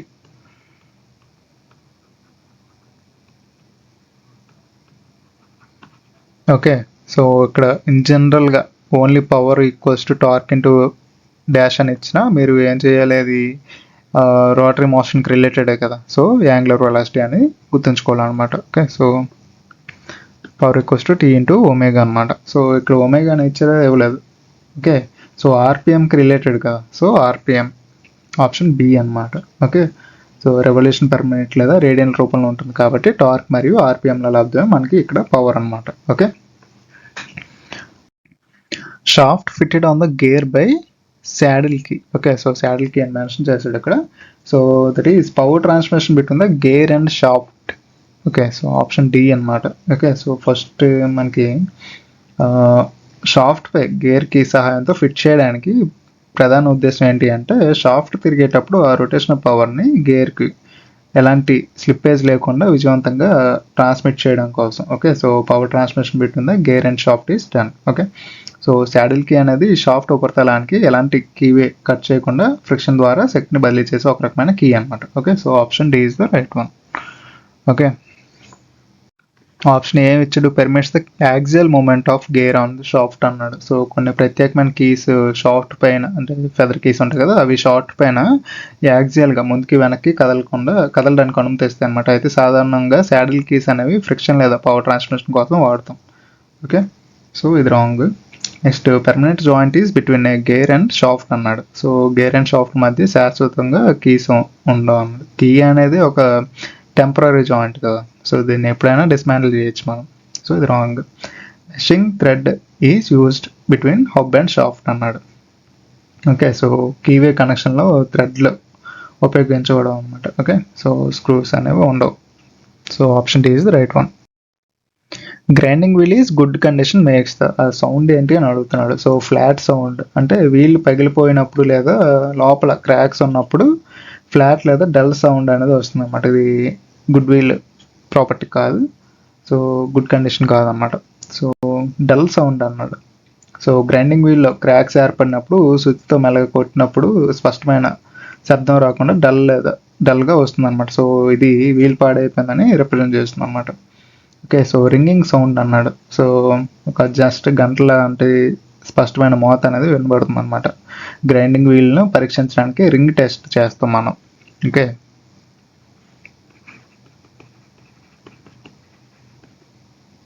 Okay, ring test అనేది చేస్తాం మనం. సో మంచి స్థితిలో ఉండి ఎలాంటి పగుళ్ళు లేని గ్రైండింగ్ వీల్ను ప్లాస్టిక్ లేదా స్విచ్తో మెల్లగా కొట్టినప్పుడు జస్ట్ గంటల మోగినట్టు స్వచ్ఛమైన రింగింగ్ సౌండ్ అనేది మనకు వస్తుంది అన్నమాట. సో ఇది గుడ్ కండిషన్ అన్నట్టు. ఓకే, సో డిజేబుల్ సౌండ్ అన్నట్టు, ఇది టెక్నికల్ టెర్మినాలజీ కాదు. So ringing sound is right one. Okay, the type of grinding performed on dovetail guideway is.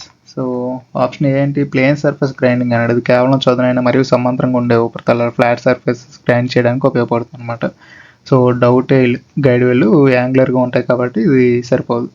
Next cylindrical grinding అనేది గుండ్రని లేదా స్తూపాకారం అంటే సిలిండ్రికల్ భాగాలకు యూజ్ అవుతుంది. అంటే షాఫ్ట్స్ సిలిండర్లు గ్రైండ్ చేయడానికి ఉపయోగిస్తారు. ఇది డౌటైల్ గైడ్వేస్ కాదు. నెక్స్ట్ యాంగులర్ గ్రైండింగ్ అన్నాడు. సో మెషిన్ టూల్స్లో వాడే స్లైడ్స్ లేదా లేడ్ బెడ్లు మరియు మిల్లింగ్ మెషిన్స్ టేబుల్స్ పై ఉండే డౌటైల్ గైడ్వేస్ ఉంటాయి కదా. సో ఒక నిర్దిష్ట కోణం లైక్ 45 degrees 60 degrees. ఓకే, అవి వంపు తిరిగి ఉంటాయి అన్నమాట. సో ఈ రకమైన యాంగులర్ సర్ఫేసెస్ ఖచ్చితంగా గ్రైండ్ చేయడానికి ప్రత్యేకమైన కోణంలో టూల్ని అమర్చి యాంగులర్ గ్రైండింగ్ అనేది చేస్తారనమాట. కాబట్టి ఇది right one. Okay, so angular grinding అనేది రైట్ ఆన్సర్ అనమాట. Okay, so tool and cutter grinding అనేది tool cuttings, so cutting tools, drilling, milling, cutters మొదలైనవి ఈ యొక్క అంచుల్ని వదిలిపెట్టడానికి ఉపయోగిస్తారు అన్నమాట. Okay, so option C is the right one. Find the surface speed of a grinding wheel if the diameter of the grinding wheel is 350 mm and RPM of the spindle is 2500. So n అంటే ఇక్కడ ఆర్పిఎంని represent చేస్తాం కదా. So formula తెలుసు కదా, వీకి velocity. Okay, surface speed కనుక్కోవడానికి v equals to pi dn/60. Okay, so ఇక్కడ pi మనం ఎంత 22/7 తీసుకుందాం. 22/7 ఇంటూ డయామీటర్ 350 ఇంటూ ఎన్ అంత 2500 కదా బై 60 అనమాట. Okay, so cancels crease. So it comes around 45 something, right? 45.8 meter per second. Okay, option B. Okay, so option B is the right one అనమాట. Okay, so ఇదే formula. n already ఇచ్చాడు మనకి 2500. Okay, which one of the following statement indicates the problem caused due to the backlash in cross slide and compound slide? ఇది కొంచెం important. Okay, so first time అన్నాడు concentric error in the components అన్నాడు. Job సరిగ్గా check లేదా central బిగించకపోతే concentric లోపం వస్తుంది అనమాట, బ్యాక్లాష్ కాదు. Okay, so difficulty in maintaining the size of the component with in the specified limits అన్నాడు. So option B is right one. ఎందుకంటే మనకి లేత్ మెషిన్ యొక్క క్రాస్ స్లైడ్ లేదా కాంపౌండ్ స్లైడ్ లీడ్ స్క్రూలో బ్యాక్లాష్ అంటే స్క్రూను రివర్స్ తిప్పినప్పుడు హ్యాండిల్కి మరియు స్లైడ్కి మధ్య ఉండే ఖాళీ ఉన్నప్పుడు టూల్ యొక్క కదలికను ఖచ్చితంగా నియంత్రించడం కష్టం అవుతుంది అనమాట. దీనివల్ల డైమెన్షన్ లేదా సైజ్ అనేవి హెచ్చు తగ్గులలోనే కావాల్సిన స్పెసిఫైడ్ లిమిట్స్లో జాబ్ని తయారు చేయడం కష్టంగా మారుతుంది అనమాట. So option B is right one. Next, out of roundness error in the component అన్నాడు. ఓకే, సో ఇది ప్రధానంగా స్పిండిల్ బేరింగ్ సరిగిపోవడం వల్ల వస్తుంది కానీ బ్యాక్లాష్ వల్ల కాదు. Next, straightness error in the component అన్నాడు. గైడ్ వీల్ అరిగిపోవడం వల్ల స్ట్రైట్నెస్, జాబ్ స్ట్రైట్నెస్ అనేది దెబ్బతింటుంది అనమాట. Okay, so option B is right one. The operation cannot be done on the slotting machine. So options ఏంటి? కీవే స్లాటింగ్ అన్నాడు. Pulleys, gears లేదా hub లోపల రంధ్రాల్లో కీవేస్ కట్ చేయడానికి స్లాటింగ్ మెషిన్ని యూజ్ చేస్తాం. ఓకే, సో దీని ద్వారా చేయొచ్చు మనం. కెనాట్ బి అన్నాడు కనుక ఏదైతే కాదో తెచ్చుకోవాలి. నెక్స్ట్, డౌటైల్ స్లాటింగ్ అన్నాడు. స్లాటింగ్ మెషిన్ యొక్క టూల్ హెడ్ను అవసరమైన కోణానికి తిప్పి స్వివెల్ చేసి డౌటైల్ గ్రూవ్స్ లేదా స్లాట్స్ని చాలా సులభంగా కట్ చేయొచ్చు అనమాట. ఓకే, సో గేర్ కటింగ్ అన్నాడు. సో స్లాటింగ్ మెషిన్పై ఇండెక్సింగ్ హెడ్ని ఉపయోగించి స్పర్ గేర్స్ లేదా ఇంటర్నల్ గేర్ టీత్ని కట్ చేయడానికి అవకాశం ఉంటుందన్నమాట. ఓకే, సో థ్రెడ్ కటింగ్ అన్నాడు. థ్రెడ్ కటింగ్ అనేది మనం కంటిన్యూస్ హెలికల్ పాత్ కలిగి ఉండి స్పిండిల్ మోషన్ మరియు లీడ్ స్క్రూప్ మధ్య ఖచ్చితమైన సింక్రనైజేషన్ అంటే సమన్వయం అవసరం అయ్యే ప్రక్రియ అనమాట. సో లేత్ మెషిన్పై చేసేలాగా. సో స్లాటింగ్ మెషిన్ అనేది లీనియర్ రెసిప్రోకేటింగ్ మోషన్పై పనిచేస్తుంది కాబట్టి దీనిపై హెలికల్ థ్రెడ్స్ కటింగ్ చేయడం సాధ్యం కాదన్నమాట. So option D. The follower steady consists of. So options ఏమి ఇచ్చాడు? ఒకే ప్యాడ్ ఉండి జాబ్పై కటింగ్ టూల్ ప్రయోగించే బలాన్ని అన్ని వైపుల నుండి సమర్థవంతంగా నిరోధించలేము కదా. So 2 pads, option B.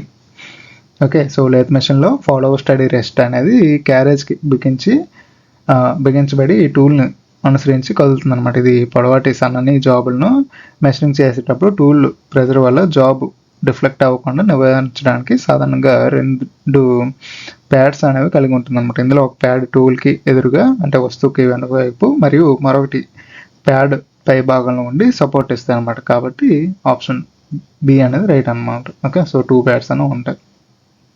Okay, so 3 pods సాధారణంగా లేత్ బెడ్ పై స్థిరంగా ఉండే ఫిక్స్డ్ స్టడీ రెస్ట్లో ఉంటాయి అన్నమాట. ఓకే, ఫాలోవర్ స్టడీలో కాదు. ఓకే, ఫిక్స్డ్ స్టడీ రెస్ట్లో, fixed steady rest. Okay, follower steady రెస్ట్లో మనకి 2 ప్యాడ్స్ ఉంటాయి అన్నమాట. Okay, the purpose of tumbler gear in the lathe is to. So options ఏమి ఇచ్చాడు, కట్ గేర్స్ అన్నాడు. టంబ్లర్ గేర్ కట్ చేయడానికి ప్రత్యేకంగా ఉపయోగించరు. గేర్ కటింగ్ అనేది మిల్లింగ్ మెషిన్ లేదా లేకపోతే ఇండెక్సింగ్ అటాచ్మెంట్ ద్వారా చేయబడతాయి అన్నమాట. Okay, so reduce spindle speeds అన్నాడు. స్పిన్డిల్ వేగాన్ని తగ్గించడానికి గేర్ బాక్స్ లేదా బ్యాక్ గేర్ మెకానిజం ఉపయోగపడుతుంది, టంబ్లర్ గేర్ కాదు. Next reverse the spindle direction అన్నాడు. టంబ్లర్ గేర్ యూనిట్ స్పిన్డిల్ దిశను రివర్స్ చేయదు. ఓకే, సో ఇది లీడ్ స్క్రూ లేదా ఫీడ్ రాడ్ యొక్క రొటేషన్ డైరెక్షన్ మాత్రమే మారుస్తుంది అనమాట. ఓకే, సో ఆప్షన్ డి అంటే give designation direction of the movement of the carriage అన్నాడు. ఓకే, సో లేత్ మిషన్లో హెడ్ స్టాక్ లోపల ఉండి టంబ్లర్ గేర్ మెకానిజం అనేది ఆపరేటర్ లీడ్ స్క్రూ లేదా ఫీడ్ మెకానిజం తిరిగే దిశను అంటే ఫార్వర్డ్ లేదా రివర్స్ డైరెక్షన్ మార్చగలరు అనమాట. దీనివల్ల క్యారేజ్ లేదా టూల్ పోస్ట్ కుడి నుండి ఎడమకి, ఎడమ నుండి కుడికి కావాల్సినంత నిర్దేశించిన దిశలో మోషన్ని ఇవ్వడానికి ఇది అత్యంత దోహదపడుతుంది అన్నమాట. So option D. Okay, the aim of the tempering is, so we all know that, right? చాలాసార్లు డిస్కస్ చేసాం. Relieve the stresses. Okay, so it reduces the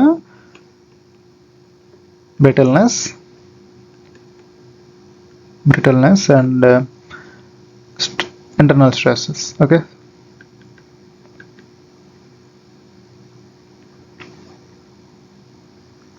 okay, so option C is the right one. Okay, so hardening చేసిన మెటల్స్లో ఉండే బ్రిటిల్నెస్ని తగ్గించి అలాగే internal స్ట్రెసెస్ని relieve చేసి కావాల్సిన స్ట్రెంత్ని మెటీరియల్కి తీసుకురావడం tempering ఒక మెయిన్ ఆబ్జెక్టివ్ అనమాట. For annealing hypoeutectic steel according to the carbon content it should be heated up to, so it should be heated up to the 30 degrees centigrade to 50 degrees centigrade above the upper critical temperature. Option B. Okay, so option B is the right one. So మనకి carbon percentage 0.8% కంటే తక్కువ ఉన్న హైపోయూటెక్టాయిడ్ స్టీల్ను పూర్తిగా అనీలింగ్ అంటే full అనీలింగ్ చేయడానికి దాని upper critical temperature అంటే A3 line కంటే సుమారు 30 to 50 degrees పైన వేడి చేసి ఆ తర్వాత నెమ్మదిగా చల్లార్చాలన్నమాట. దీనివల్ల పూర్తి ఆస్టనైట్ నిర్మాణం ఏర్పడి దాని గ్రెయిన్ స్ట్రక్చర్ అనేది మెరుగవుతుంది అనమాట. So option B. Okay, the size of the welding machine is determined by, so it is determined by output amperage. Okay, option B. So చాలాసార్లు చెప్పుకున్నాం కదా. సో వెల్డింగ్ మెషిన్ ఎంత మందపాటి లోహాలను వెల్డ్ చేయగలదు మరియు ఎంత కరెంట్ను వెల్డింగ్ ఆర్క్ కోసం అందించగలదు అనేది దాని అవుట్పుట్ యాంపరేజ్ అంటే యాంపరేజ్ రేంజ్ పై ఆధారపడి ఉంటుంది అనమాట. అందుకే మార్కెట్లో వెల్డింగ్ మెషిన్లు 200 amps లేదా 300 amps మెషిన్స్ అని దాని అవుట్పుట్ కరెంట్ సామర్థ్యంతోనే వర్గీకరిస్తారు అనమాట. So okay, so option B అనమాట. In which method of surface hardening the surface remains free from scales, so that is induction hardening. Okay, so induction హార్డనింగ్లో ఏంటి, ఇది హై ఫ్రీక్వెన్సీ ఇండక్షన్ కాయిల్ ద్వారా అత్యంత వేగంగా సెకండ్స్లో లోహం యొక్క పై భాగాన్ని మాత్రమే వేడి చేసే ఆధునిక పద్ధతి అనమాట. సో తక్కువ సమయంలో మరియు ఆక్సిజన్ ప్రభావం తక్కువగా ఉండేలా ఈ హీటింగ్ జరగడం వల్ల వర్క్ పీస్ ఉపరితలం ఎలాంటి స్కేల్స్ అంటే పొరలుగా పెలుసులుగా ఉంటాయి కదా, సో అలాంటివి లేకుండా పూర్తిగా శుభ్రంగా ఉంటుందన్నమాట. ఓకే, సో కాబట్టి the surface of the induction hardening remains the free from scales. Okay, so option D అనమాట. ఓకే, కేస్ హార్డనింగ్ అంటే ఏంటి, ఇందులో అధిక ఉష్ణోగ్రత వద్ద కార్బన్ని అప్లై చేస్తారన్నమాట. ఓకే, సో ఇక్కడ ఆక్సిడైజ్ చెంది ఉపరితలంపై స్కేల్స్ అనేవి ఏర్పడతాయి కొన్ని విధాలుగా. ఓకే, సో నైట్ రైడింగ్ ఇది అమ్మోనియం గ్యాస్ లేదా సాల్ట్ బాత్లో తక్కువ ఉష్ణోగ్రత చేసే థర్మల్ కెమికల్ ప్రక్రియ అనమాట. ఇందులో కూడా చిన్నపాటి స్కేల్స్ అనేవి ఉంటాయి. ఓకే, సో దాన్ని క్లీన్ చేయాల్సి ఉంటుంది అనమాట. ఓకే, సో ఫ్లేమ్ హార్డనింగ్లో మంట ద్వారా చేసే పద్ధతి అనమాట. సో వేడి తీవ్రత కారణంగా ఉపరితలంపై ఆక్సైడ్ లేయర్స్ అనేవి అంటే స్కేల్స్ అనేవి ఉంటాయి అనమాట. సో డీకార్బొనేషన్ జరిగే అవకాశం ఎక్కువ ఉంటుంది అనమాట. Okay, which of the following is a physical property, physical వేరు మెకానికల్ వేరు. ఫస్ట్ ఏమో మెకానికల్, సో ఇది ఓకే ఆప్షన్ బి. క్రీప్ కూడా మెకానికల్, బ్రిటిల్ కూడా మెకానికల్ అనమాట. So option B is the answer. Okay, so physical property అన్నాడు కనుక. Okay, so ఒక పదార్థం యొక్క యూనిట్ వాల్యూమ్లో ఉండే ద్రవ్యరాశి మాస్ పర్ యూనిట్ వాల్యూమ్ని మనం డెన్సిటీ అని అంటాం అనమాట. Okay, so option B. The property of metal by which they can transfer heat and electricity is known as. So that is conductivity kada. Option A. Which one of the following groups of properties enables the manufacture of chain links from wrought iron?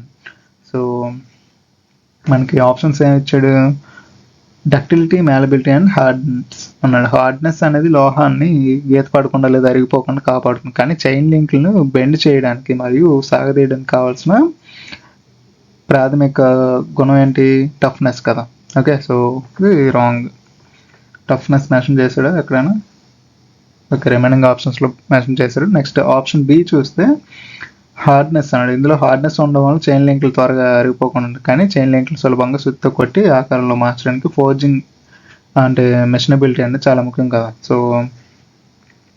Malleability అనేది ఉండాలి. So malleability option ఇందులో miss అయ్యింది ఇక్కడ.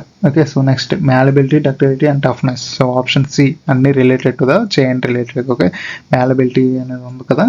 So chain links, crane hooks వంటివి తయారు చేయడానికి rot iron వాడతారు అనమాట. మ్యాలబిలిటీ అంటే సుత్తితో కొట్టినప్పుడు పగలకుండా పల్చటి రేకుల లేదా కావాల్సిన ఆకారాలకు మార్చడానికి.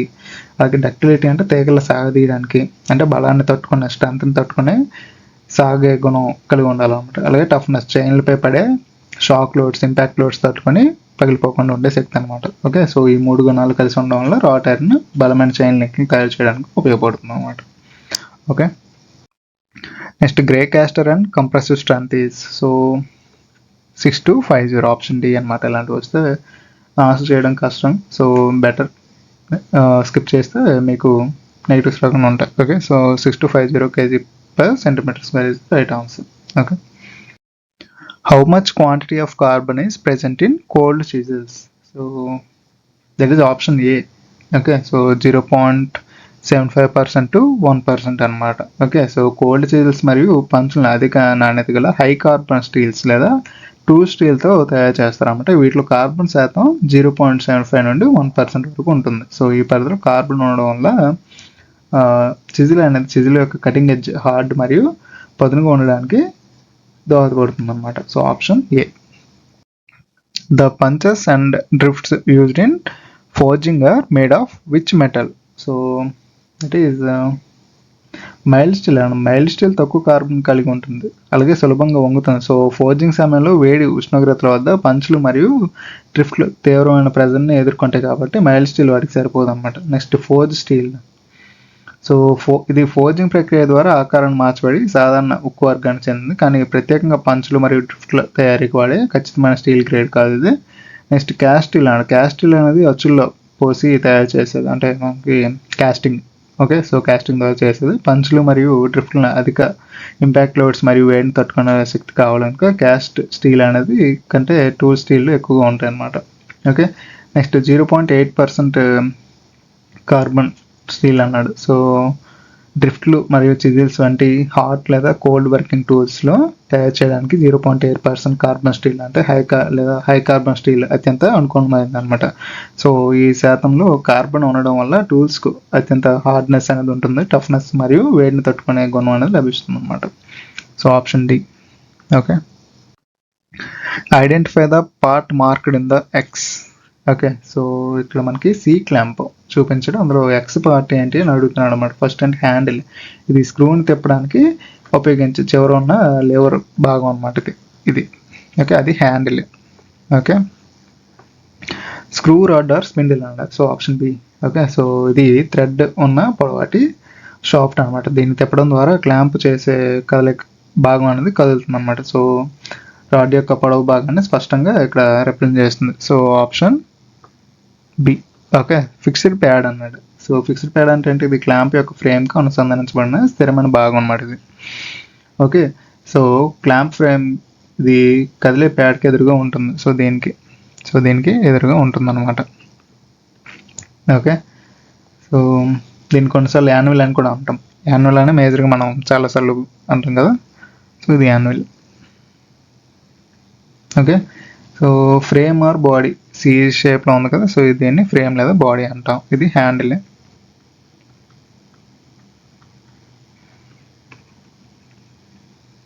ఫ్రేమ్ ఆర్ బాడీ అన్నమాట.